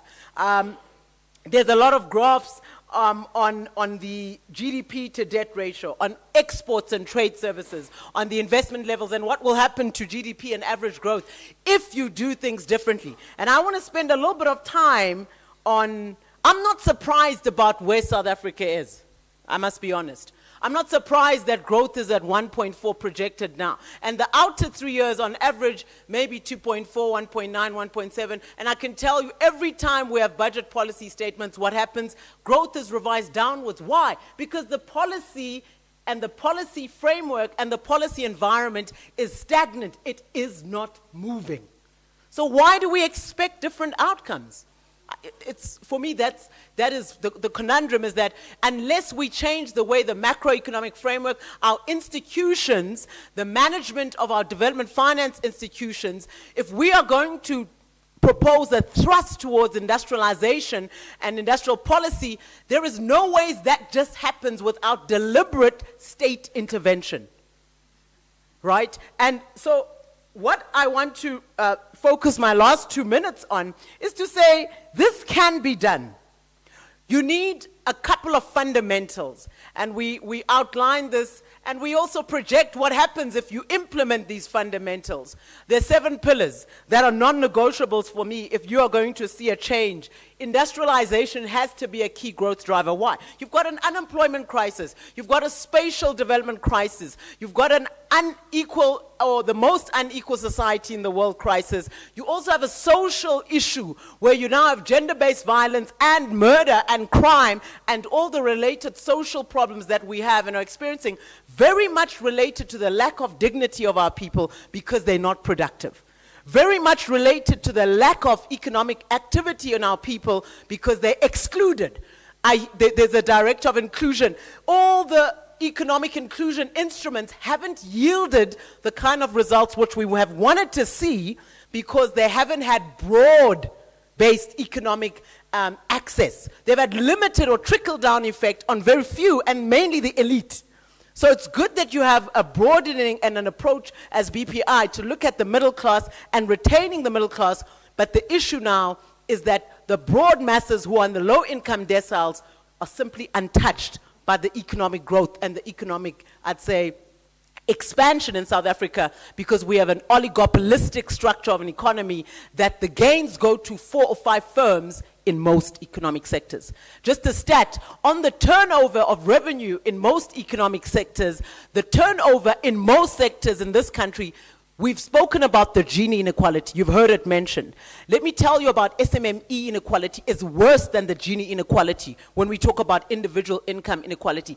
Revenue in South Africa is condensed in most economic sectors, in your big firms, in your large firms, as shown by the former SG on his slide that shows that of the 1.8 trillion that South Africans have in the economy, 32% of those go to large firms. Even worse, if you look at the concentration in terms of how much share those big firms have in the total space in each sector, it's frightening. Even in the new industries of renewable, it's big firms that have up to 66 to 75%, if you measure what we call the HHI index, is frighteningly high. And so you've got to deconcentrate the economy. I think the 7 points I want to leave you with is that industrialization has got to be a non-negotiable. If we are to deal with unemployment, and if we are to deal with driving absorption and improving what we call the productivity, we have to have industrial activity in all the economic nodes, particularly those nodes that actually were economically repressed, what I call the economic wilderness. You've got to have labor absorbing strategies and target sectors that have labor absorption. This is a well-tested method. Have public employment programs beyond EPWP that are targeted and linked with university graduates and outputs of university. The HRD Council, or the former GIPSA Council, by the time you had the highest growth in South Africa, 2005, 6, 7, prior to the recession, it was because you had a program with the former President Mbeki where tightly linked to the growth strategy was the HRD strategy. Tightly linked to the growth strategy was what the industrial councils and the policymakers were saying need to be done, and they were executed in some form of a council. It doesn't help to have a plethora of councils, committees, and advisory bodies if the advice doesn't make room in the policy-making process. Because they're just there to make a noise, to make announcements, but they actually do not make any impact when decisions are made, when budgets are allocated, and when decisions that are going to affect the livelihood of most people in this country are made. The third one, and I'll stop there, and I'll encourage you to download this. It's called New Wine into New Wine Skin, and you put my name next to it, it'll be somewhere, but it is on the internet. Boost food production that is domestic and boost rural development. Unemployment and also poverty is an economic nodes where we have high level of rural areas, and poverty is there because there's very little economic activity. And it was like that by design. It's not by chance. It was designed like that. So unless you go and invest also economic infrastructure, but also the value chains of the economic sectors, particularly retail. There's a chapter where I disaggregate, the retail and the retail sectors, their concentration, but what needs to be done on transforming supply chain and also making sure that our people have an input into making sure that some of their household expenditure, they actually go back to them. That requires them to be part of the value chain. But if we're not talking about productivity and products, the chairs we're sitting on, the things we're drinking, the water, whatever, things you put in your hair, makeup that everyone uses, all these things that we're using day to day, who is making these polystyrene cups, these paper, the plastic, all the things we use day to day? If our people are not given implements, even small-scale manufacturing, using co-ops and also being given the necessary funding, there is we are going nowhere slowly. I think Chinua Achebe, who said that? Chinua Achebe. We're going nowhere slowly. But I think that the problem is that we have to aggregate at scale and massify at scale some of these things. I want to retract that if I'm quoting the wrong person, but I'm saying if we don't change the things, we are going nowhere slowly. So I want to say thank you. I was, by the way, Mike, I just want to say former NAF chairman. I'm not that anymore, but I have served my term so that you don't misquote and say, you know, in the public domain, says the chairman. No, I'm speaking as an economist here, and that was my former role. Thank you so much.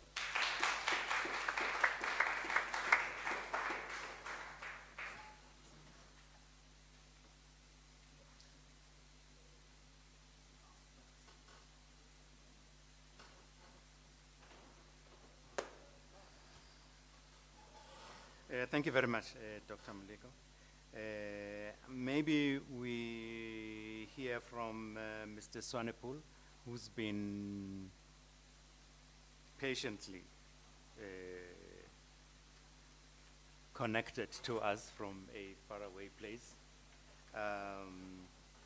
Mr. Swanepoel, can we hear from you then on your side, your response to the issues that Professor Lehotla raised?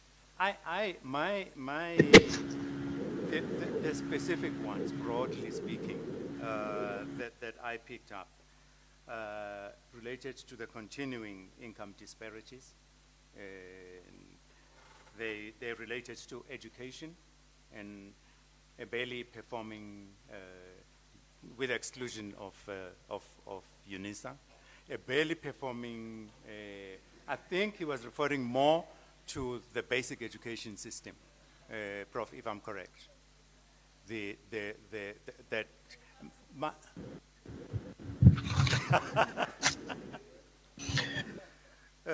barely performing education system that is likely unsuited, you know, to the needs of the country.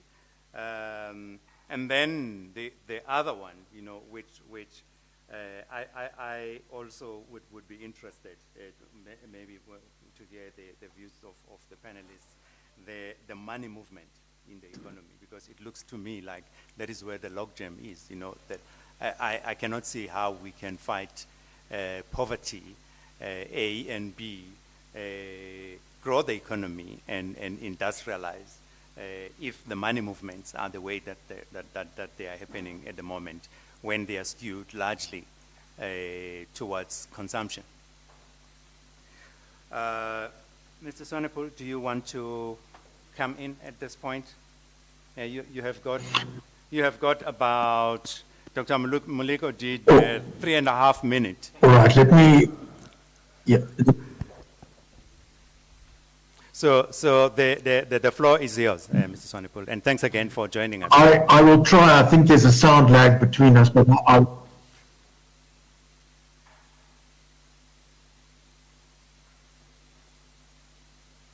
let's try to get this right. First of all, I would like to differ slightly with my previous panelist in where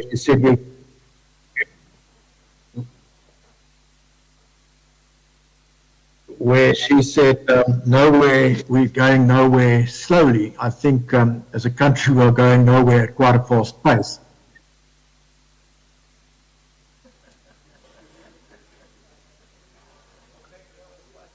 But to the question, democratic dividend or demographic disaster, I would like to agree with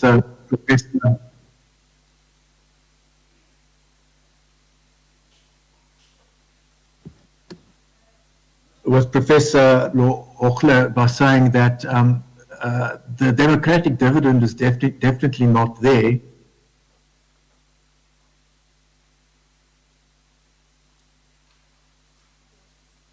We are facing a demographic disaster, and I'd like to refer to some research that we did at the Institute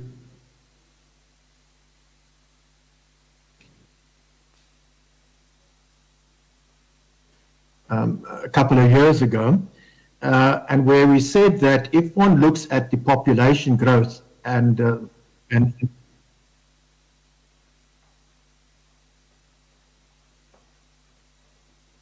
and the GDP growth, if you compare that, we said that if you have GDP growth based at 2%. Sorry to interrupt you. It looks like you are pausing as you are speaking. So we're not sure whether you are pausing because you are getting disconnected or... Yeah. Yeah. Yeah, I'm getting a terrible feedback here, and I can't hear. Maybe what I should do is let me put my sound off.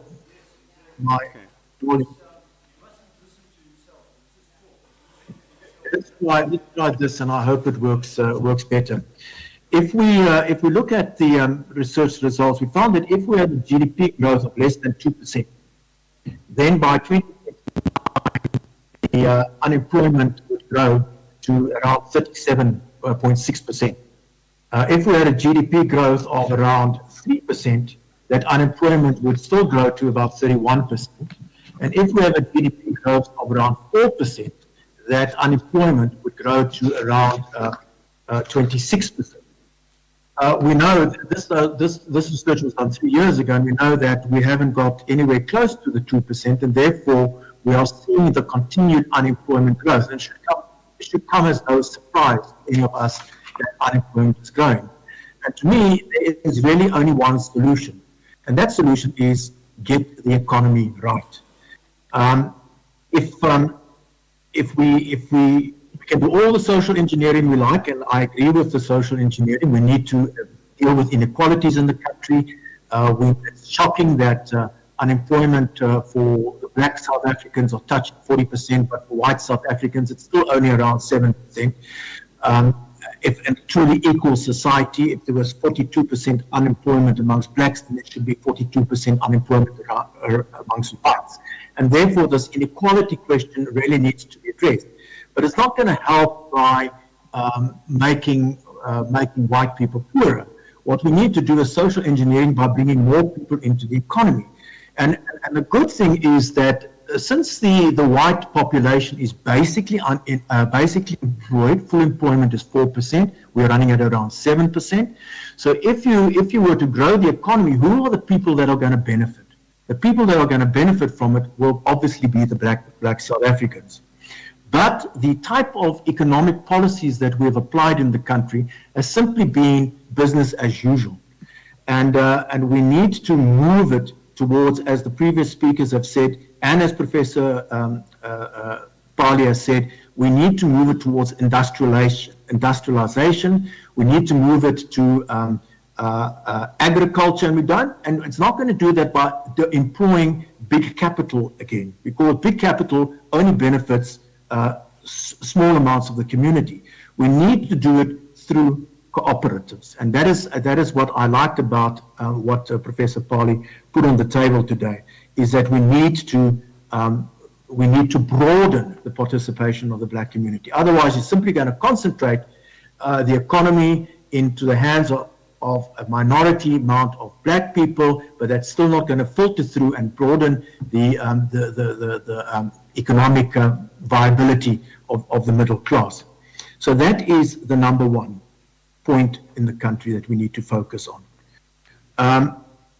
The demographic dividend or demographic disaster, as Churchill, I think, said, democracy is the worst form of government, but for all the rest. So we shouldn't throw the baby out with the bathwater. It's not a question of choosing between democracy and more autocratic governance. It is about giving meaning to democracy that delivers on the promises that our politicians are making.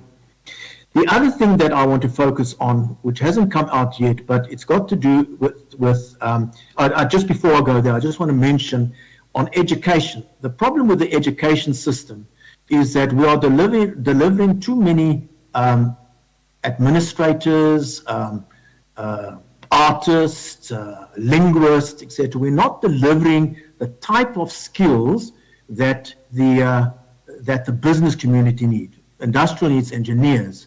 It needs scientists.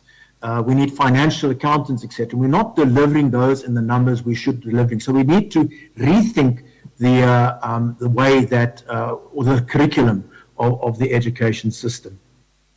The other area that worries me is social cohesion in the country. And we will be releasing tomorrow our South African Social Cohesion Index. And what the social cohesion shows us is that, generally speaking, South Africa, out of a score of 100 scores, 53.2%, I think it is, 53.2%, which is in the same sort of line as what Germany, for example, does deliver. But that is not a true picture, because within that the indicators, the social cohesion indicators, issues such as, and all of this has been addressed in the presentations to now, is that the perception of fairness is extremely low. It's here in the low 30s. The respect for the rules in the country, extremely low. And the trust in our institutions to deliver it, extremely low. So if we do not build social cohesion in this country, it will not underpin a growing economy. And any economy with wonky social cohesion will not grow. And therefore, we need to give more focus to building social cohesion in this country as well. I think that is the 3 points that I'd like to make at this point. And then just on, Mike, your issue on why does the academic intelligentsia message not filter through to the man in the street, is maybe because our language is wrong. Maybe we talk at far too high a level. Maybe we should start talking in parables and make it easily digestible and understanding to the man in the street. Something that Professor Pali has very adequately done with making figures talk. I think let's leave it at that point, at that point for now, and we can add later.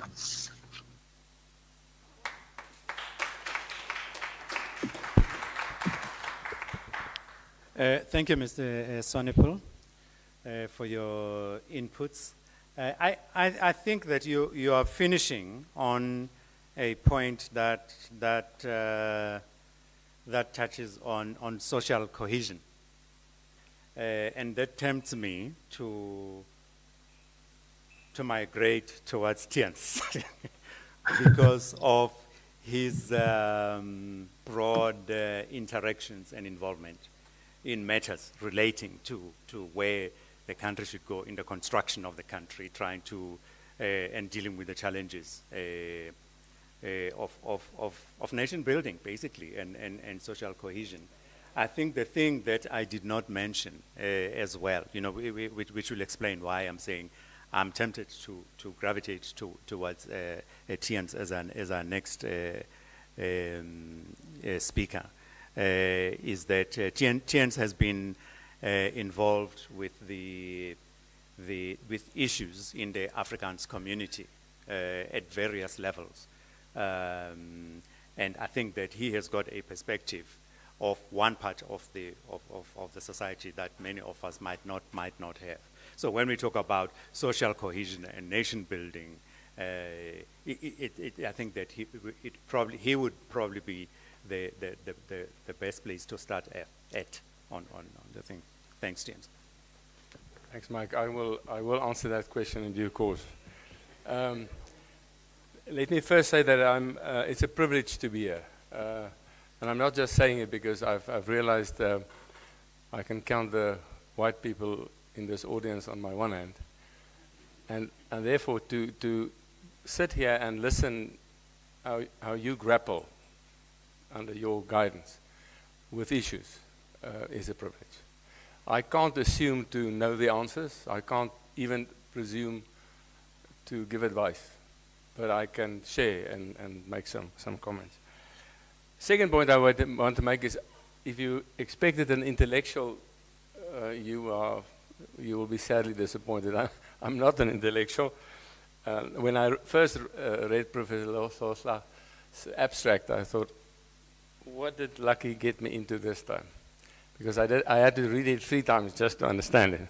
But once I saw the pictures and I saw the statistics, obviously it became very clear. So thank you for that. I must also say, on another score, I'm not an intellectual, because someone said that the intellectuals didn't see MK coming. I, at the end of February last year, predicted that they would get between 10 and 12%. I was still 2% below the par, but because I saw what was happening in KwaZulu-Natal. I invested, third point, a lot in this country. I went in '87 to meet with the ANC leadership in Dakar. Eventually, I lost my job as a minister, as a Maruti, and I went into the business world, and we were involved in the peace process, helped to facilitate the peace accord of 1991, which I still believe is underestimated in its value to really lay the table for the negotiations to happen in '93, where I was head of the Secretariat of CODESA and then later the head of administration for the multi-party process. Recently, as Mike said, I had been involved with a civil society, group of civil society organizations, Convergence for SA, before the election to try to get, especially young people, to get registered. And also before the election, I was involved in the facilitation of the Afrikaner Verklaring, or the statement which some of you may remember. We were very surprised that when it broke, sorry, Mike, different paper, but when it broke on the front page of City Press, 90% of the comments were positive, and when it broke on Netwerk 24, 50% of the comments were negative. And that's another question we'll have to talk about. But coming back to Prof's extremely good, but I must say depressing news that you gave us. I would like more people to know this. Not because I think we should all be depressed. By nature, I'm an optimistic type of person. But I think this picture should be painted out there. And I would very much like to paint it for the Afrikaans community. But that's another story. So on the question of the democratic dividend, I think it's fair to say that it has been a democratic dividend, but it was extremely limited. It is extremely limited. We have a democracy, we have a sustainable democracy, we've had elections, we've had the governing party losing its majority and accepting that. Many white people said the ANC will never accept it. I said, well, I believe there's a deep-rooted sense of democracy in the ANC. And they did.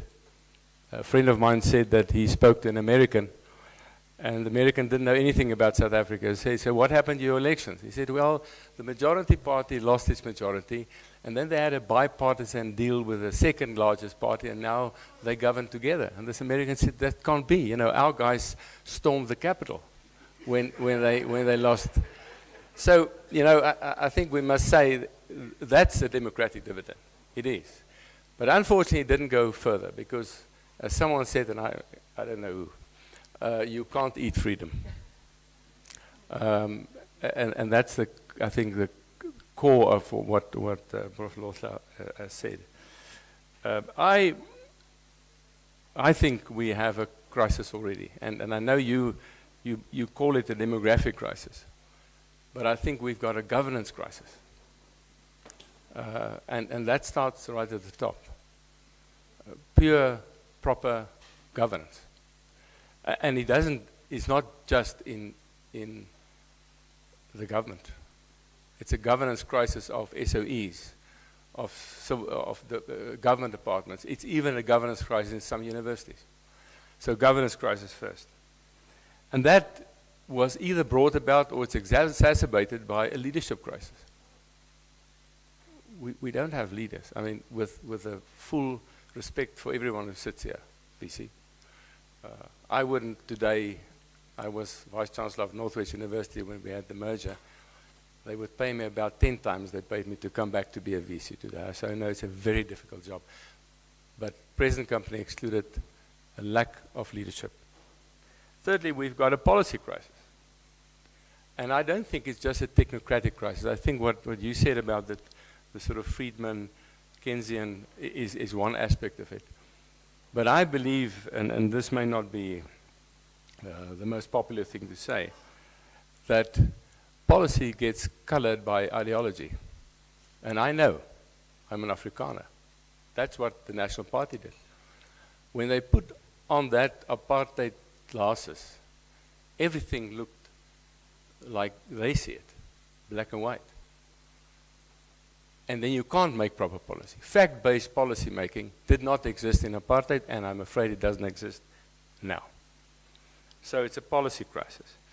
And look, there are many other things. I believe that the governing party's ideology of this ridiculous thing called the National Democratic Revolution, I understand they need to use it to rip up the people, but we're a modern democracy. I mean, let's get real. And therefore, many other practices like cadre deployment, we today reap the fruits of. That's also part of the leadership crisis. And then finally, it becomes a management crisis. Pure managing institutions. We can't. We don't. With perhaps the exception of the private sector here and there, also not great. And then this obviously leads to what has been said, an economic crisis, an existential crisis, crime, poverty, the three bad things: unemployment, inequality, and poverty. And what the answer to this is, I don't know. I can just agree with people saying that we need to look at a different economic model. We must free up the economy. We've tried this, but with the ideological glasses of the ANC on, and it didn't work. We must try something else. Now, who's responsible? I won't even answer the question. It's the elephant in the room. But who was given an electoral mandate to do this? Now, it wasn't easy, let me say. Many people, and when I speak to whites often, I say, remember that the National Party never governed in a globalized world. Globalization became a fact in 1990 when the transition was already started. So the ANC came in 1994, and all of a sudden they were faced with a globalized world. It's bloody difficult.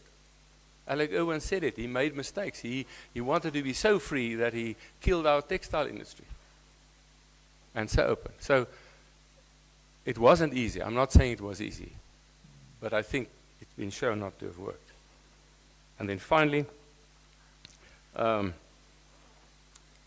someone said, Prof said, this DA-ANC thing can't work. I'm afraid there are as many ideological differences inside the ANC. And unless the ANC can sort that out, the DA won't be a patch on that. So, Chair, perhaps I can leave you with two last things on mathematics education and education in general. I feel very passionate. I'm a very strong proponent based upon international experience and research of mother tongue education. And I can tell you, our kids are not dumb. Our kids are not dumb. But they are forced in the first 3 years, in especially rural schools, to learn in their mother tongue without proper textbooks, without proper trained teachers. And then in grade 4, they must go to English. And we then think, are they stupid that they can't make matric? Or why do they, I tell you, and it's not me, it's international evidence. Read UNESCO's papers. We are doing the children of this country a disservice not to have, at least as they say in those research, mother tongue education at least until grade 8. And in a country where you don't have good education resources like ours, at least until grade 10. That doesn't mean English must be kicked out of the door. I'm not fighting the Anglo-Boer War over here. I'm saying, this is your kids, this is our kids. But the government has, with the exception of Angie Macheka in the last 2 years, did that wonderful pilot project in the Eastern Cape, in schools in isiXhosa, I think in 600 schools. And it worked. But there's something that the ANC government doesn't want to do with mother tongue education. So on mathematics, that's the problem. I would say that's 50% of the problem. Finally, the role of the black middle class. You're the black middle class, that's what the prof said. I spoke to a farmer and his 2 sons, white farmer, Afrikaner farmer from Mpumalanga, a week ago. He came to me after the Expropriation Act was passed or signed. And he drove from Nelspruit to Pretoria to see me. I don't know why. I don't know him. And he said, is there a future for my son in agriculture in this country? And I didn't lie to him. I said, it could be tough. They now are already being pushed by the Department of Labor in Mpumalanga to give 50% of their farm to a black shareholder.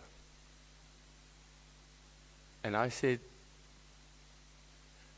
dissolve the company and do it personally, so you won't be subject to those labor things. But I also said, I think there's a future here. I do believe there's a future here. But don't work for the state and don't work for a big corporate. And I believe, colleagues, that, and the reason I told them that I think things are going to come right at some point is the black middle class.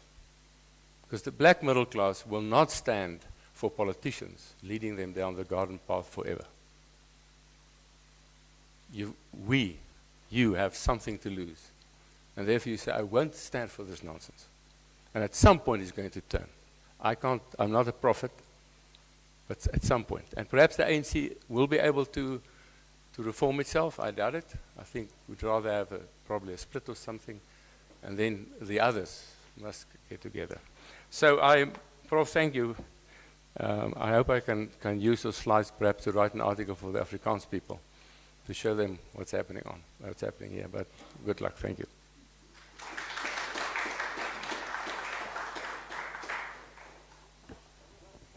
Thanks very much, Jens.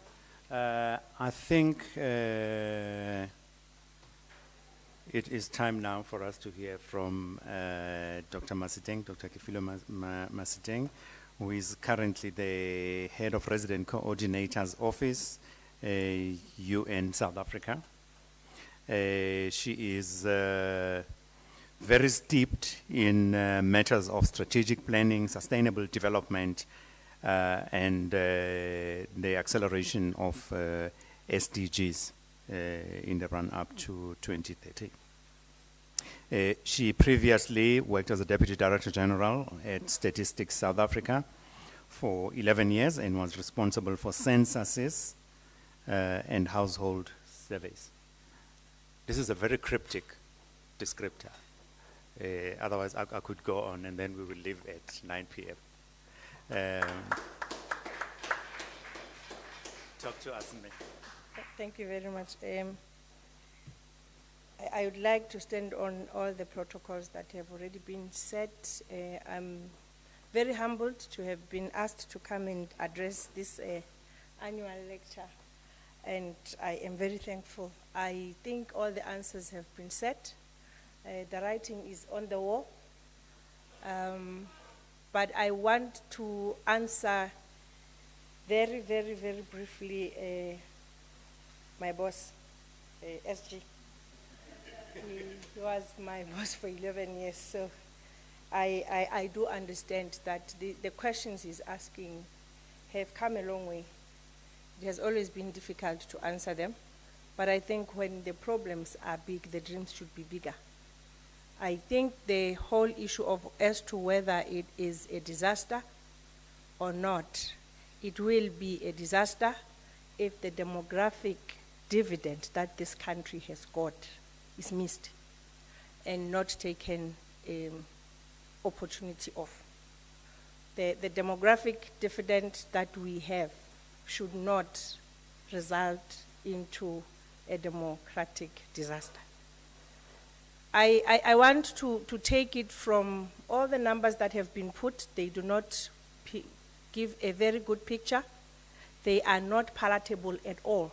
But when they are not palatable, let them be an opportunity for this country to think bigger and dream bigger and turn the corner.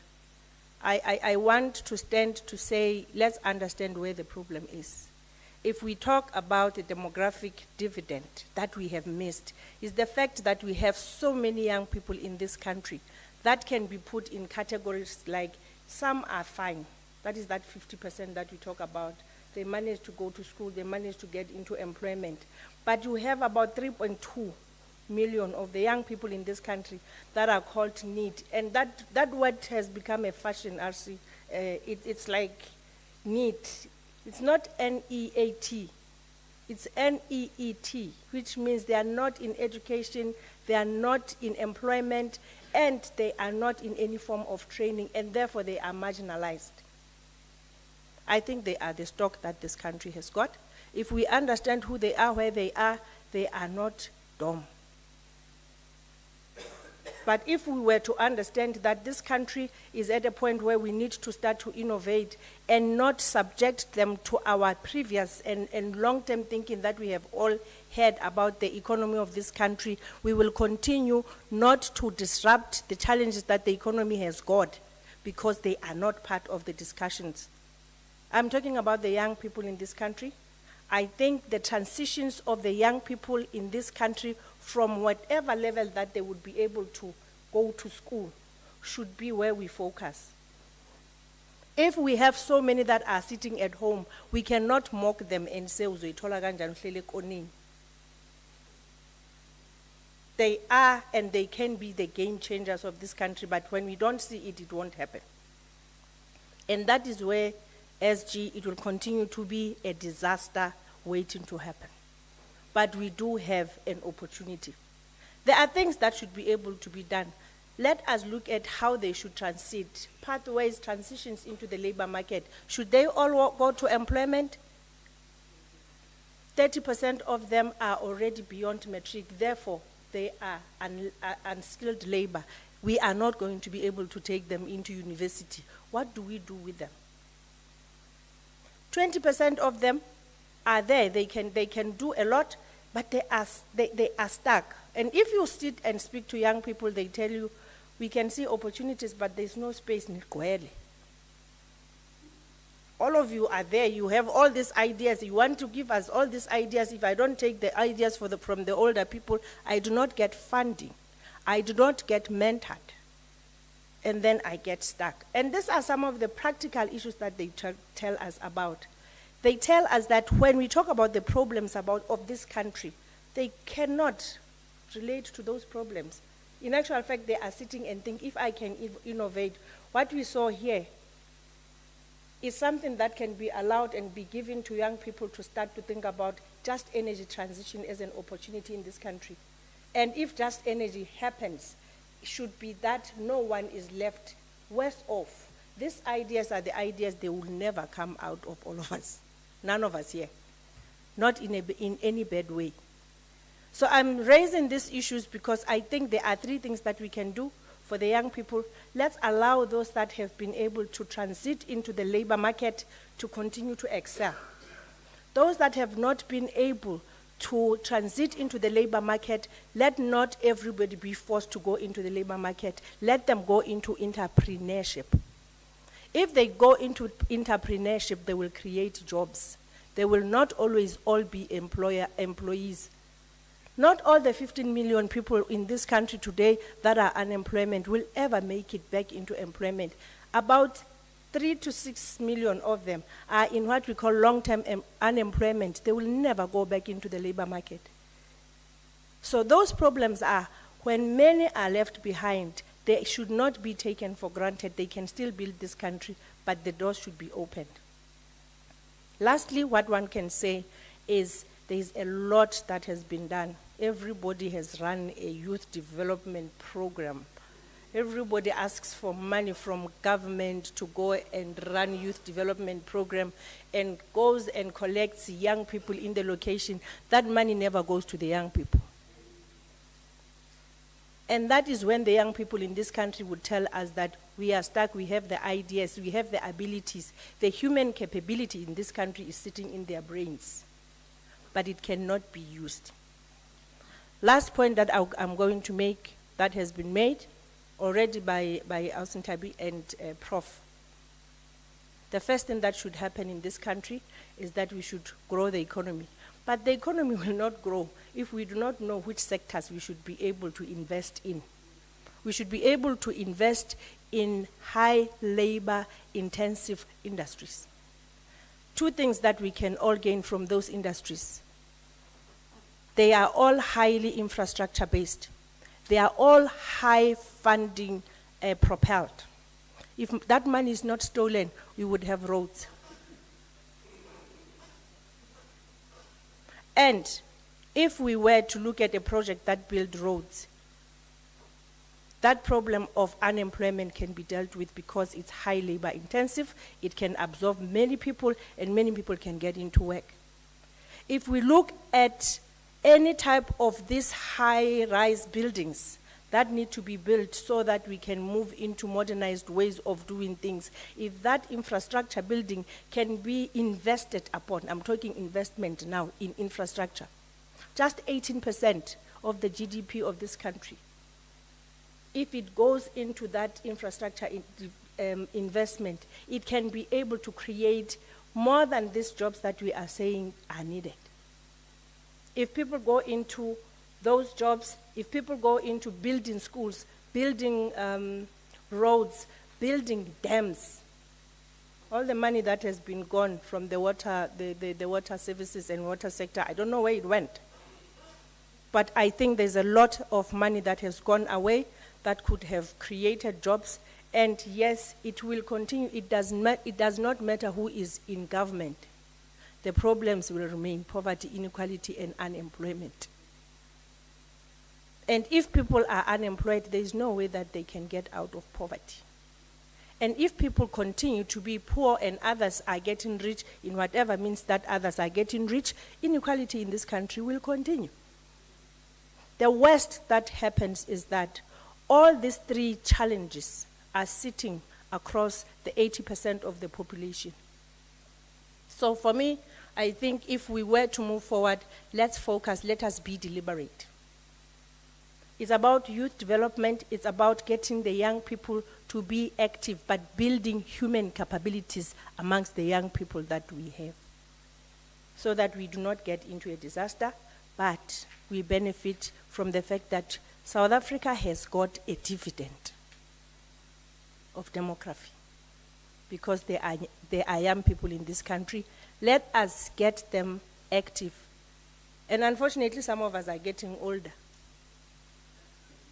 If we continue to get older with these old ideas of ours and blocking the young ideas to come and build this country, I do not think we understand how big that problem is going to be.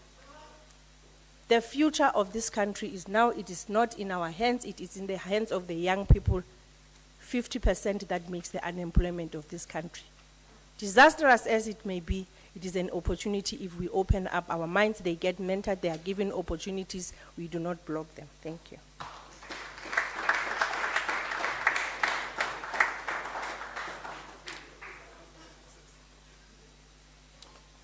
Thank you. Thank you, Ngakamasiti. I think that maybe we should open up the conversation a bit so that everybody else who has got... it was here. I think we'll need to be advised technically.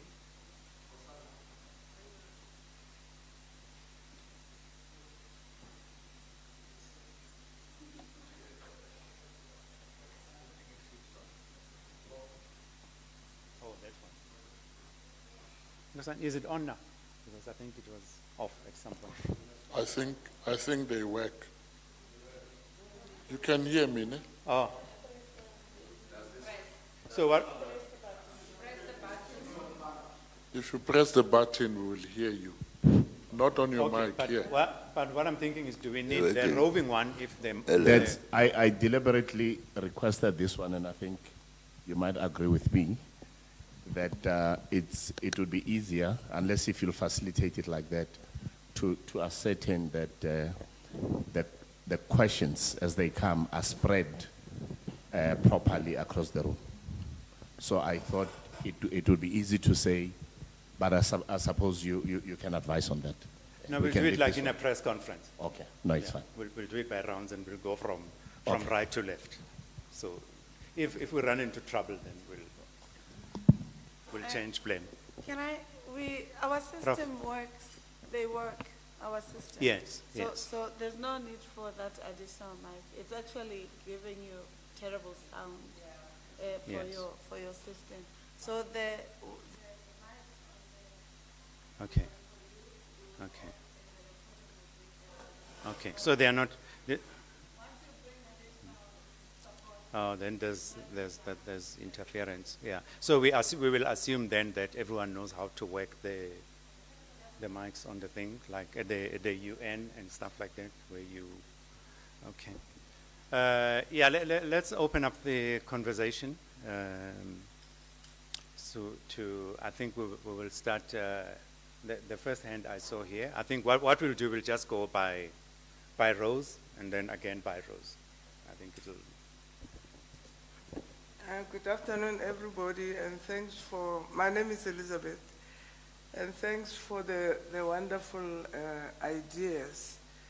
I really wish I looked at one of the slides from Dr. Lekgotla there, and I compared South Africa to Nigeria.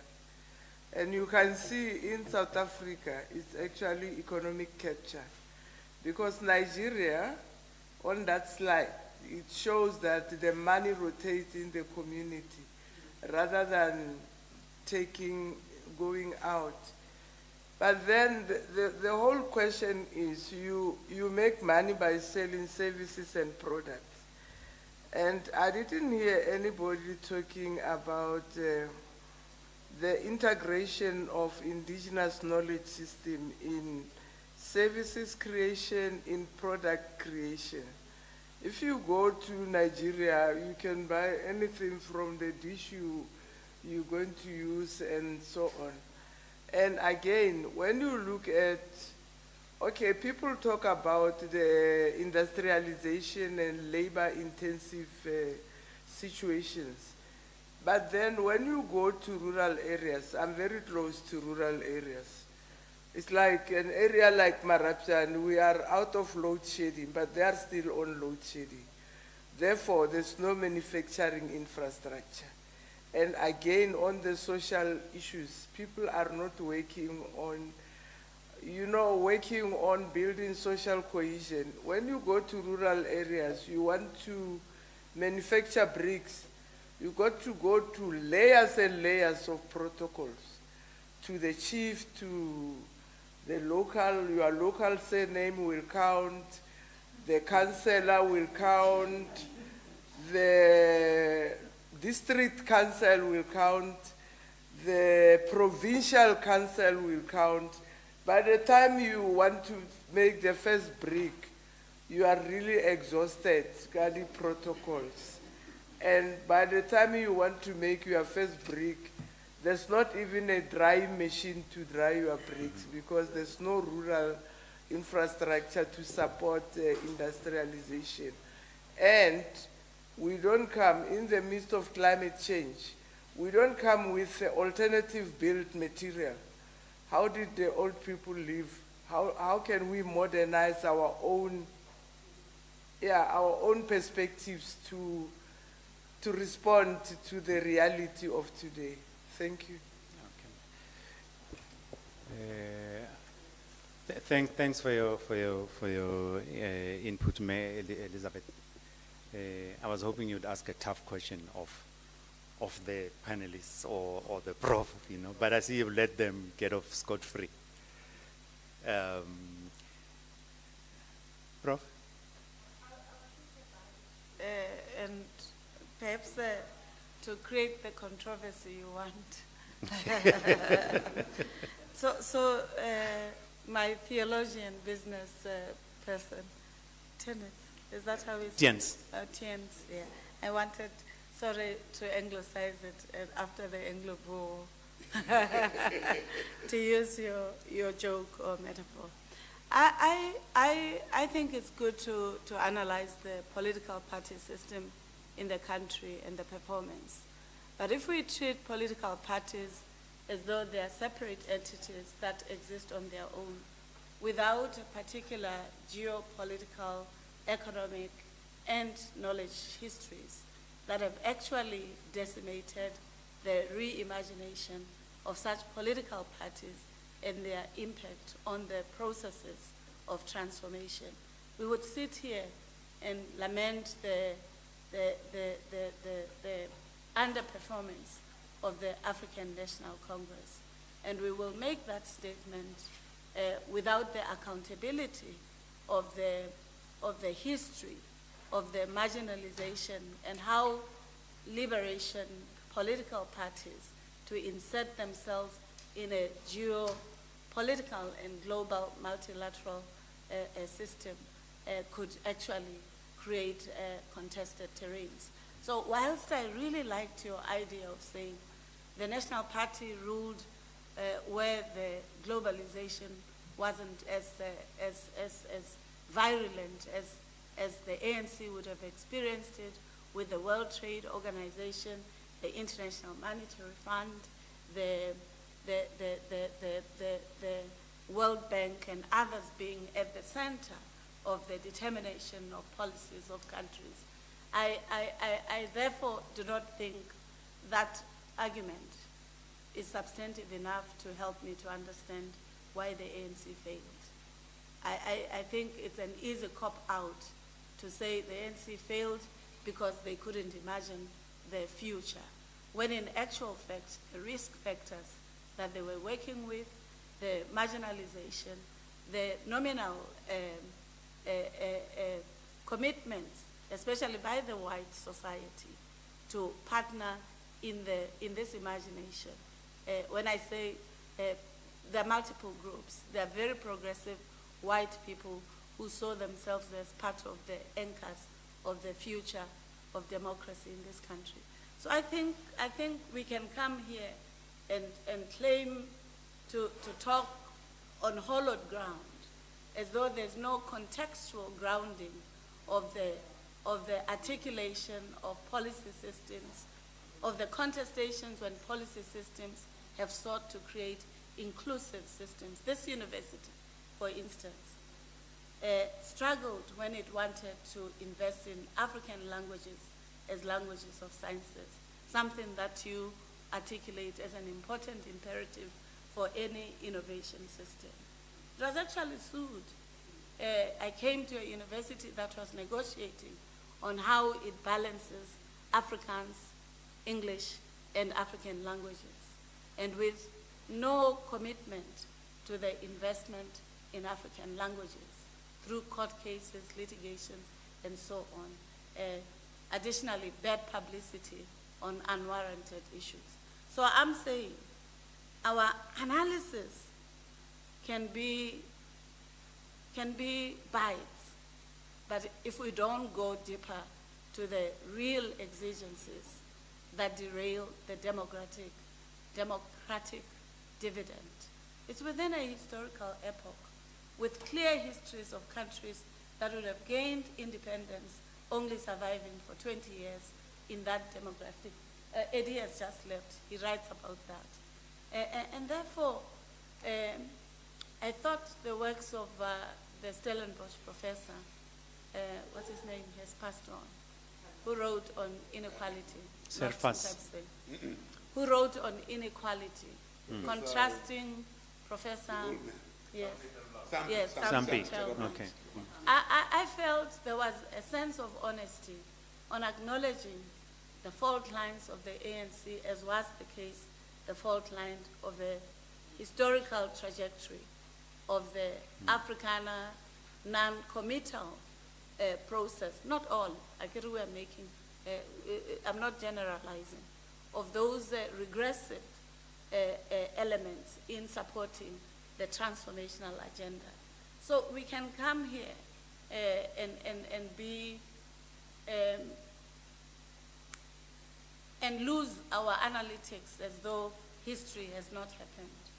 But I think if we really want to promote the cohesion that he's promoting with the experience of theology, of negotiating transformation, and of looking at how we can co-construct a political system, an economic system, a policy system, but also a knowledge and innovation arena that is attentive to some of these chasms.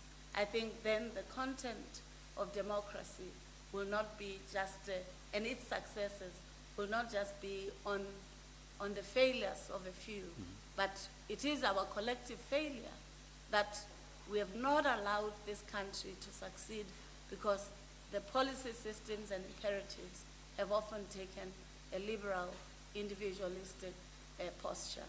And I think we need to dig deeper with our analytical tools. Otherwise, we will be like journalists who like bites. Sorry. I've just got it. I'm a scholar. I've been recording you. I've been recording you. One liner. So I like what you said. I like what Tim said. But I think it's important to dig deeper because we can easily say, oh, they failed. But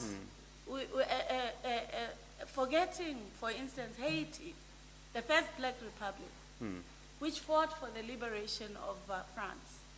When they want the same things that French had, then they were told, no, you are underhuman.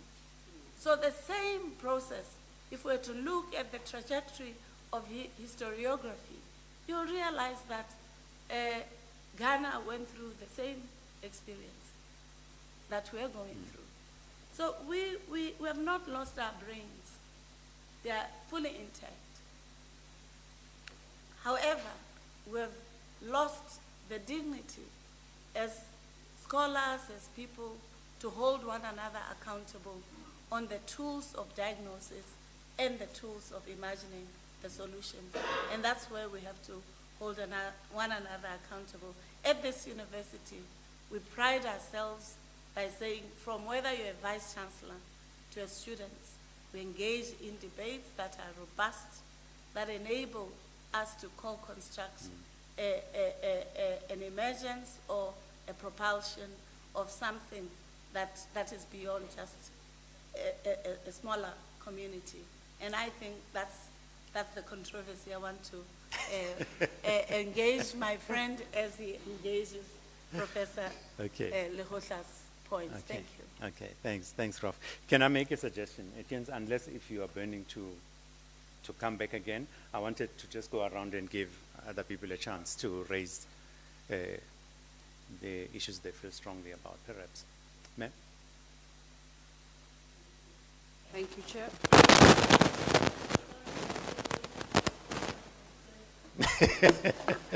Say, let us pray.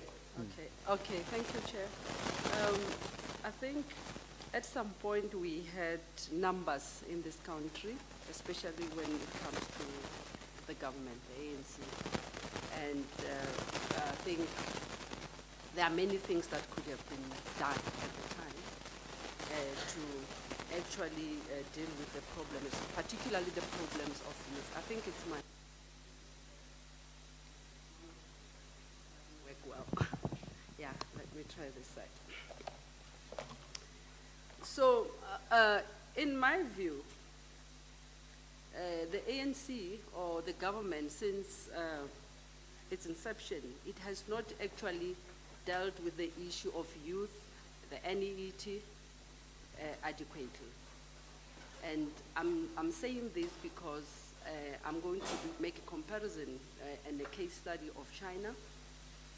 Well, maybe China is not the best place to compare, but I think what China did to reduce poverty was quite commendable, particularly amongst the youth. So China, the CCP of China, of course, China is governed differently from us. But the Communist Party, what they did was to take the NEET that Mayor Kifilo was talking about. That NEET was sent to the rural areas.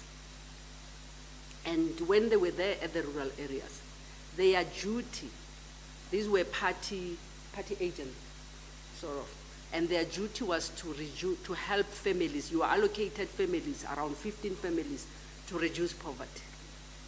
And what do they mean by reducing poverty in that context when these NET are running? You go and sit in a village because you just came out of matric, but you are not employed at the moment, you are not in any training. And what they did there was to go around to look at which families were supposed to get social grants and are not getting social grants. because sometimes they cannot write, they don't have IDs. So it's your job to make sure that poor families that are identified within the community do get those resources that they need to get, whether they have a disabled person or what. And their duty was to make sure that by the time they leave the area, someone already has access, because that is pushing towards access to education. The more families don't have resources or any income that is coming, it will be difficult to send their children to schools or for education. And once that is done, it goes up to a level of there's someone who passed matric, no NEFSAS. And we do have this in our rural areas in this country, where people don't even know there is NEFSAS, where people don't even know how to fill up the form if they know about NEFSAS, or how to get the forms for NEFSAS. So there's something that this country could have done in terms of those things. And the other model that they used was in rural areas, was to make sure that the road infrastructure in rural areas is perfect.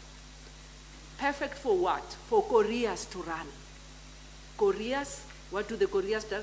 Online purchasing, and where people will grow strawberries, but you know for sure a courier will come because your strawberries are good, you have iPad, you put them there, and then immediately people online can pick up that there are nice strawberries. Yes, and then the couriers will come and deliver to where people are. So I think there are models outside there that we can use as a country to make sure that we channel these young people, this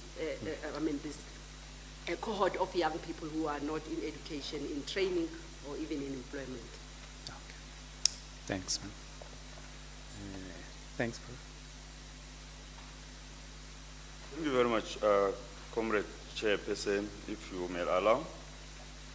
My misfortune is that I now have to comment on commentators because I missed the presentation by the professor.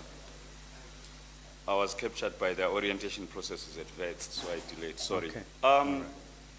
I think But can I capture you even more? Yes. By asking that we try and stay a bit brief so we can give everyone a chance. Thank you very much. I'll be brief. The problem of the South African condition is based on the African condition.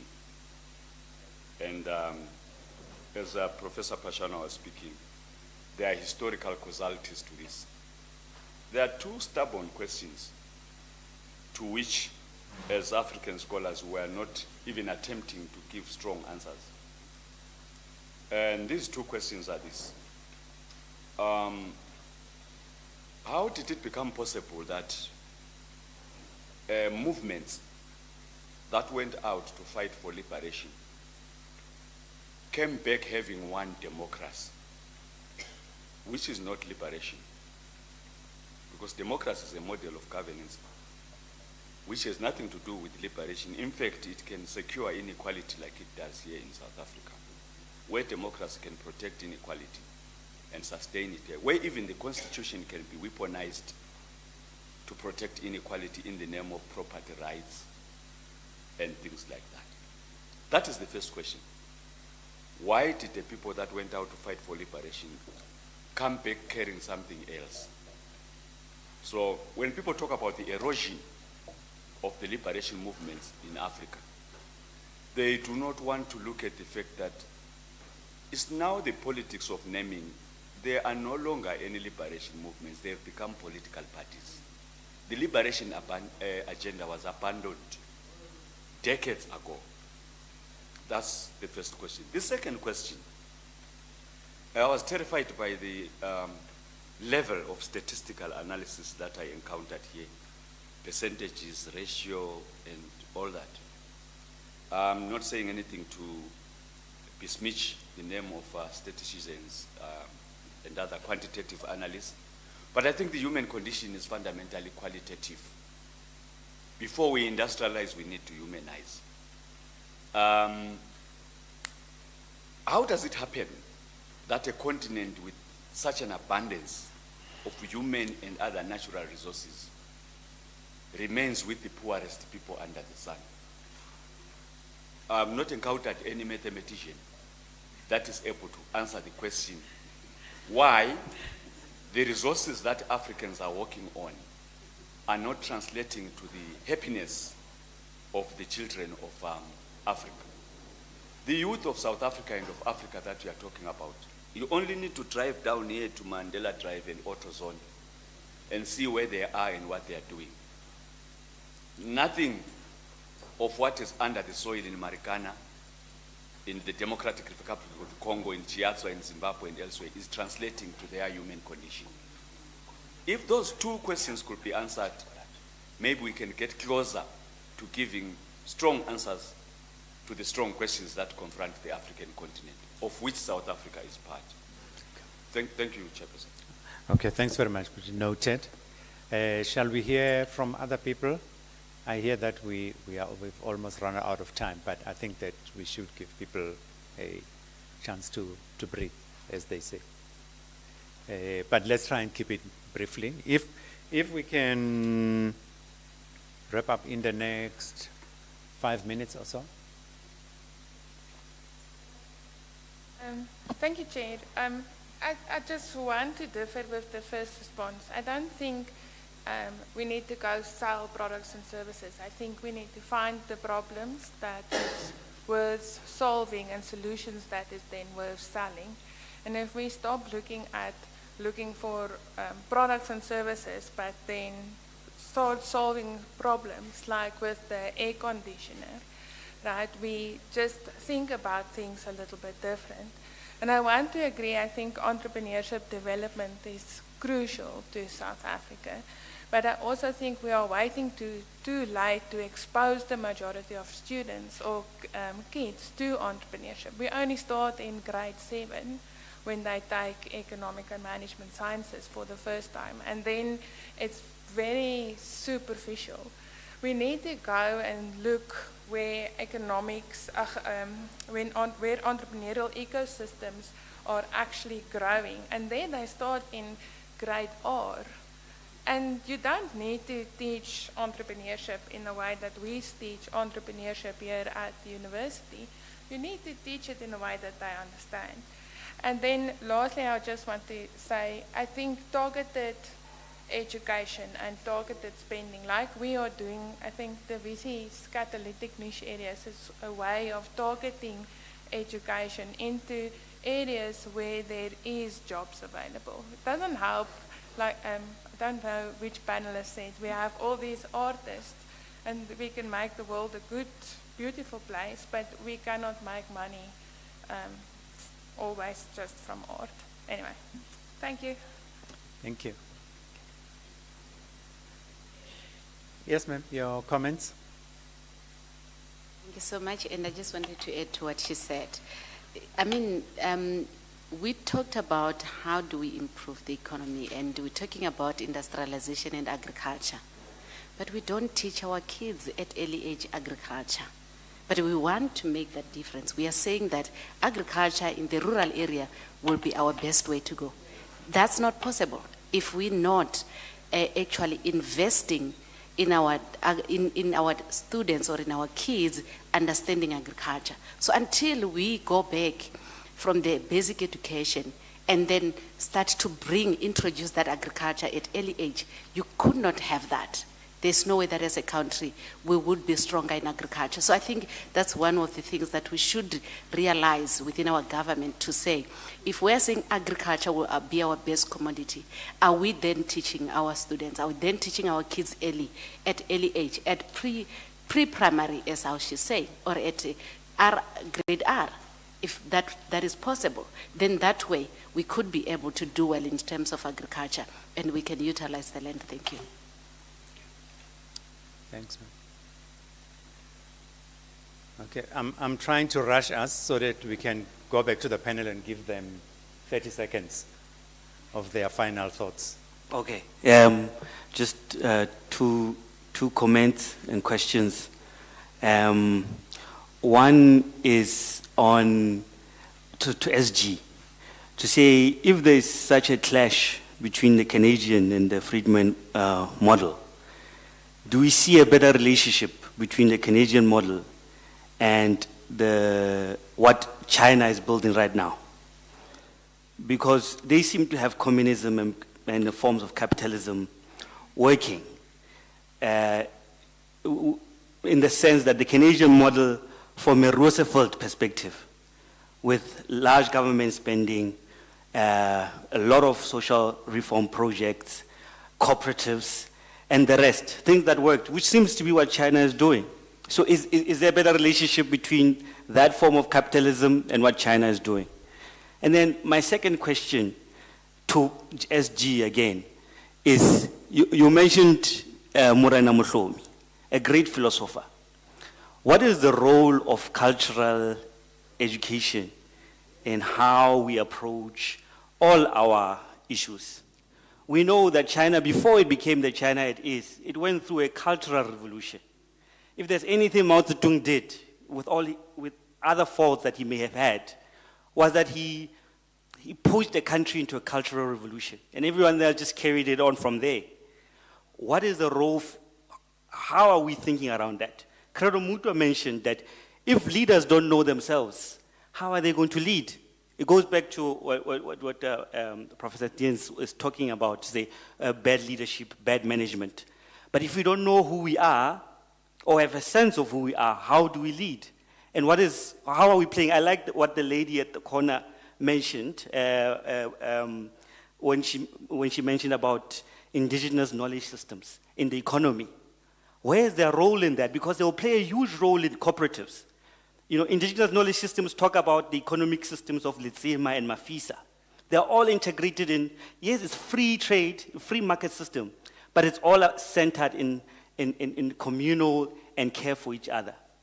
So how are we thinking about that? And I think a lot of those questions are directed at SJ. Thank you. I'm wanting to not let the SG answer right now. I would like to go to the panel and give them 30 seconds of their final thoughts. Not that they are going to the gallows, but just their very final thoughts, you know, and they say your last wishes kind of thing. These are final thoughts. Who would like to go first?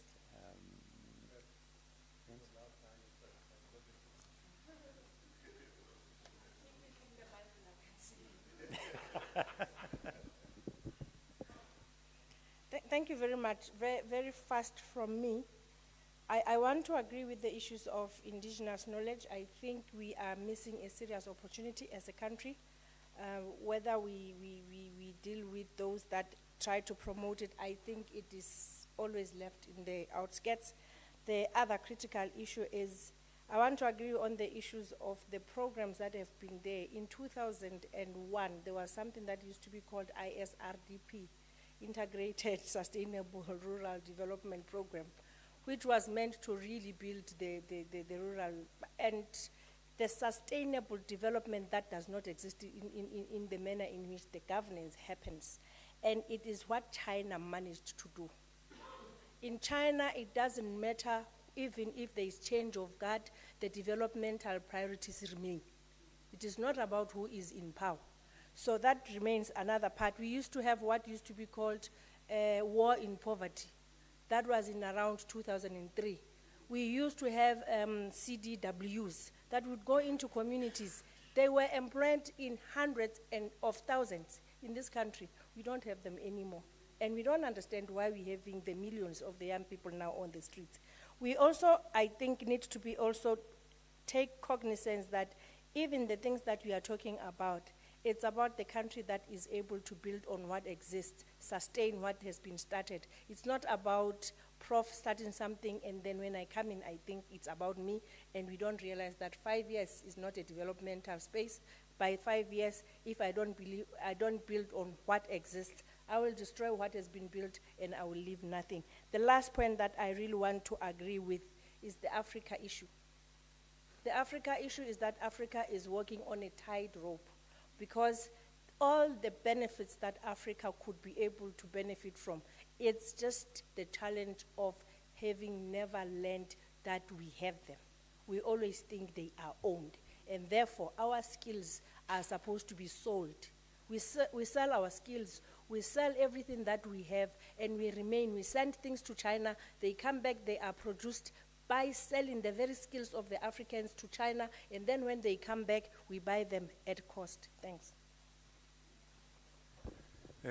Thank you, Dr. Masideng. It sounds like we may have to have a whole session on China in the not too distant future. You know? Jens? I would like to comment on two issues. I'll end with the social cohesion that I forgot on VC Prof. Legambula. Look, I'm not a member of any political party, so I wasn't trying to blacklist, pardon the pun, the ANC. But I think the ANC's failure will be written by history. It's not for me to write it. I think they themselves say, not only have they not done in the last election, but when you talk to intellectuals like Prof. Lucky, the ANC themselves point out that we haven't done well. Now, what the reasons are really is not for me to say. My point is that unless we have better governance, better leadership, better management, we can have all the policies and it won't work. So, I was, by the way, in the period after 1994 involved in two business initiatives, three. The one was the organization where I worked with, where we actually got companies to support the RDP.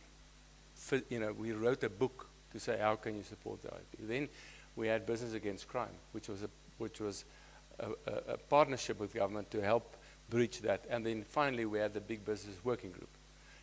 And they all fell by the wayside, with the exception of Business Against Crime, when Zuma came into power, because he didn't want anything to do with business. So Mbeki started them in 1999, and it was a time of cooperation, a time of partnerships, but somewhere in the ideology or somewhere in the makeup of the ANC, they started saying, we don't need your help, it's our time now to make mistakes. And that's their right, but now I'm saying they're paying for it. On social cohesion, I can't stress the importance of it enough. I think many people are now saying we've had enough talks, we must now do, that's too, but we must do both. I'm therefore a big proponent of the national dialogue process, but it must not be driven by government, it must not be driven by political parties, it must not even be driven by the foundations alone. It must be driven by civil society, but government must pay for it. They must appoint this body, 30 people, put the SG on first, and they can oversee the process. And it would probably take a year, but it will give people an outlet. And I think, in a sense, it will give us an agenda of what really is important. Because remember, lobby groups out there think that their issue is the most important. But we need executable priorities. We can't do everything at the same time. And I hope that national dialogue will not only do that, but it will also give communities at the local level a way of saying, wow, what you need is exactly what I need. When I speak to people, I say, look, what ordinary people want, whether they're white, black, or green, are the same things. And I think that's the value of social cohesion. Thanks, Jens. I was wondering whether Mr. Swanepoel is still with us.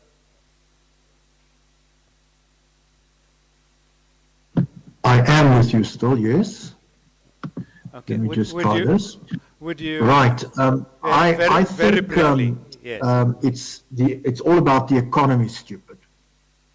And at the end of the day, if you look at what we've been saying about having to have industrialization, to develop cooperatives, to get broad-based economic empowerment, without having the necessary economic infrastructure in place, it's all a waste of time. We need to get our harbors working. We need to get the rail system working again. We need to get our ports operational, etc. And all of this needs to be funded. Where's that money going to come from? That's the big question. Now, if you look at state capture, it is estimated that some 1.9 trillion rand was lost due to state capture. Now, imagine where our economic infrastructure could have been had we not had that state capture. But that's spilled milk. We need to look further. And what I am thinking is that we need to rethink Keynesian. We need to rethink the way we see debt. We're having huge austerity measures. We're seeing government departments cannot deliver education, teachers are being cut, everything, etc. It's because we are trying to reduce debt far too quickly. And we see debt as a bad thing. But not all debt is bad. Yes, consumption debt is bad, but investment debt is good. And I think that we need to rethink our policies around debt so that we can get our economic infrastructure right. Now, with that, also, I think it's time to maybe rethink the tax system. We're talking about social cohesion, we're talking about huge inequalities, we're talking about solidarity, etc. But we are continuing as if it's a business as usual. And I really think it's time for the wealthy in the country to maybe look at something like a solidarity tax to kickstart the youth development and to kickstart cooperative projects. That's my closing thoughts. Thanks, Mrs. Swanepoel. Dr. Mliko, do you want to... well, what did they say? We save the best for... I don't know about that, but I'll be very quick and snappy. I think I want to start with the point made, the ones that I captured when I was able to hear. I think the issue of how to change the perceptions of the rural population, but also the issue of agriculture not being taught to our kids. I think not even my grand, she passed on, she was 103 when she passed on. When we used to go visit her in the rural areas, we used to grind mealie meal. We used to make our own bread from, I'm not talking about a generation that is deceased. There are people here that are in the same generation, my mother who grew up and her brothers and our aunts and uncles and all those that grew up in the generation. In the rural areas, now the systems are there, the indigenous knowledge is there. I don't know why we act like these things are not there. In our very generation, there are living beings who actually produced food was made in the rural areas. They didn't rely, if ShopRite were closed down now, most of us would basically go hungry because we're reliant on the retail system. But in the rural areas, people lived and they ate from what they grew. They drank the milk from the cow. We drank that warm milk, and then they made it into sour milk, or amasi, and so forth. All of these things are things that can be done, but our people something has changed in our people and in the hearts of the people. The dependency syndrome has crept. The dependency on the state, even in the urban areas, it's not just in the rural areas. Our people now, instead of the dignity of our people being protected, most men or families would want to build their own house, would want to build their own structure because there's dignity in building something for yourself. But now something has switched where we want to now command it and make a demand on the state such that we don't necessarily take any responsibility. So I think that from a moral perspective, something has gone wrong. We almost take no responsibility for anything. Even families demand from the state everything. And we can argue about the metrics from the impact of social grants, the impact of giving a mother's child grants, what the impact is. There's been a lot of studies saying that there's no correlation to childbirth and pregnancy. However, anecdotally, if you look on the ground, what has happened, and when you listen to people and the impact, it's a different story. So you can go to the root of it is, let's bring the dignity of our people back. Let's enable our people to build their own homes, to build their own futures, to contribute to their own livelihood, but give them the tools to do that. So I think that in order for you to do that, it's not just the mind. So the mind of the African people, once you democratize, this is what happens now with democracy, is that this dependency syndrome is almost masked on the people. I don't know what happens. It's got to do with the policies. It's got to do with the mindset of the people. We're no longer responsible. And also, I'd say democracy, and this is I don't know what's controversial or what, but democracy is almost like a religion. Democracy has been sold to us as the solution to everything. But this democracy that we've been sold and we've embraced is linked with the same economic framework that the colonial masters had in 1884 when they came here. Nothing has changed. The minerals are exported. We talk about economic infrastructure. Ask yourself, Why was there such an outcry when Transnet and the rail system wasn't working, the ports and all of that? It's because they couldn't send out the coal as quickly to make the money because commodity prices were high. They couldn't send out the gold. They couldn't export the platinum quick enough. It's not because they're sending it to industrial zones or these SEZs and to produce it. When you talk economic infrastructure, we're not talking economic infrastructure to regenerate productivity and to add value, beneficiation. We talk about it all the time. But where is the economic infrastructure to make sure that there's IDZ nodes in our cities and even in the rural areas? It's not there. When you talk economic infrastructure, you're talking about sending it to China, India, Belgium, UK, US, and so forth. It's not about us. So we've got to reconfigure these discussions. I think the last point I want to make is that the schooling system has to be reconfigured. You've got to, from a young age, educate our people to take responsibility, and also children. But the adults themselves are a problem. Look at what happened now with the Trump announcement of aid cutting. Let's say aid cut. Whoever cut it, I don't care whether it was Trump or whomever. So what?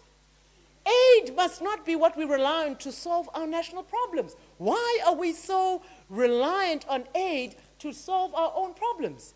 They don't owe us anything as the state. And so, as I close, we've got to stop being price takers on our mineral resources. OPEC is a good example. They don't take price. They are actually control supply. They can lessen or increase because they have an organization called OPEC, where members join, where they agree, let's withhold supply, let's extend. I think that the economic infrastructure must be built around us being productive and not just exports. And I think the last point is the mining model. I don't want to start because then I'll way be over time. But this mining endeavor happening, if the mining model is still the same and entrenched on just exporting and bringing in investors and giving mining rights to the liberals and to big capital, I agree with Dr. Swanopu when he says we're going nowhere fast. Yes.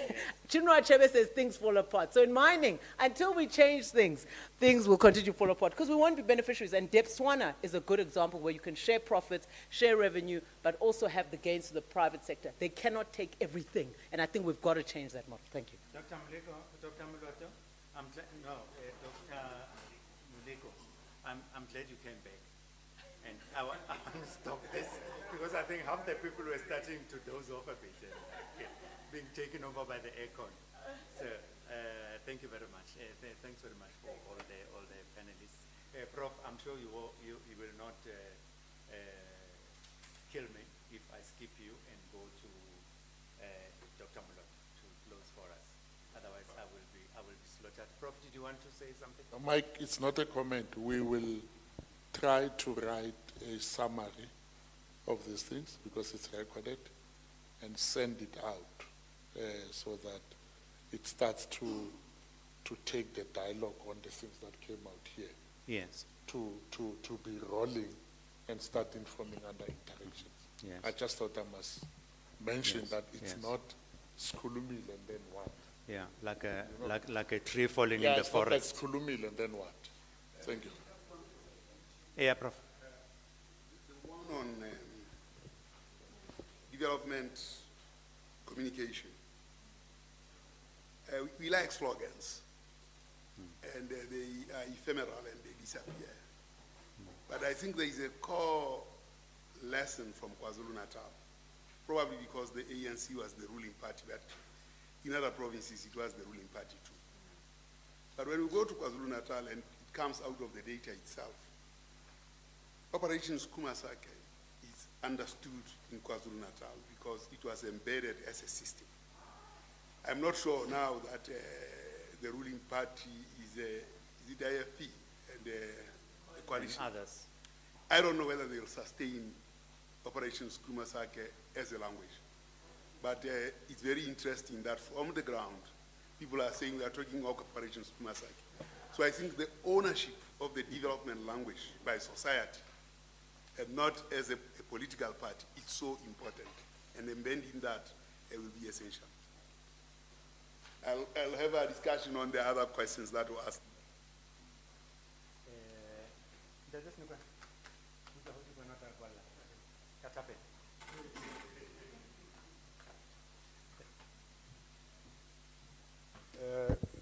Thank you very much, that is Luma.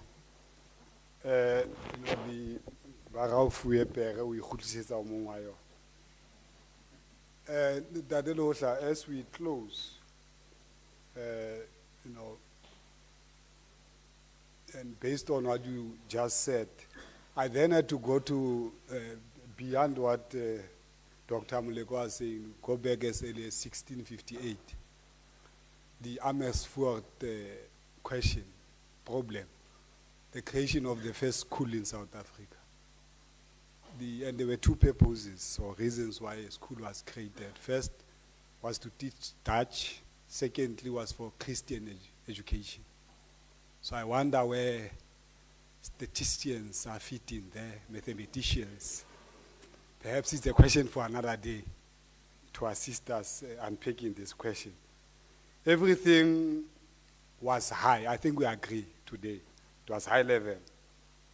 The organizing component, Professor Matebula, the ED, Tate Tobela, and we'll also agree that keynote speaker, high level, panelists, high level, moderator, high level, and the VC will agree with me, even the room temperature was high level.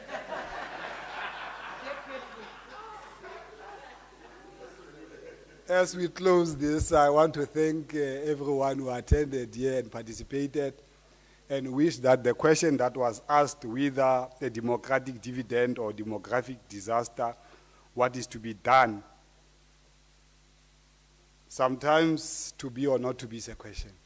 So let's allow that through what the sponsorship of what that day Prof. Matebula has submitted, we shall take over this discussion forward, but also translate it into other programs of action, so that through it we better our society and develop it.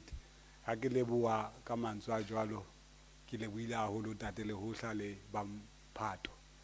Ke a leboha. Then this brings us to the end of this. Ntate Matebula, there is a common biblical saying on behalf of Dr. Thames. It says that as I look up to the mountain, where will my help come from? The issue of MOU and the venue will always come from the mountain.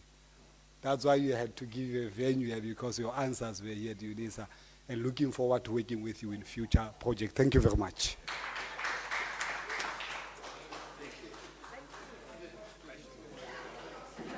There are, yes, I now forgot now.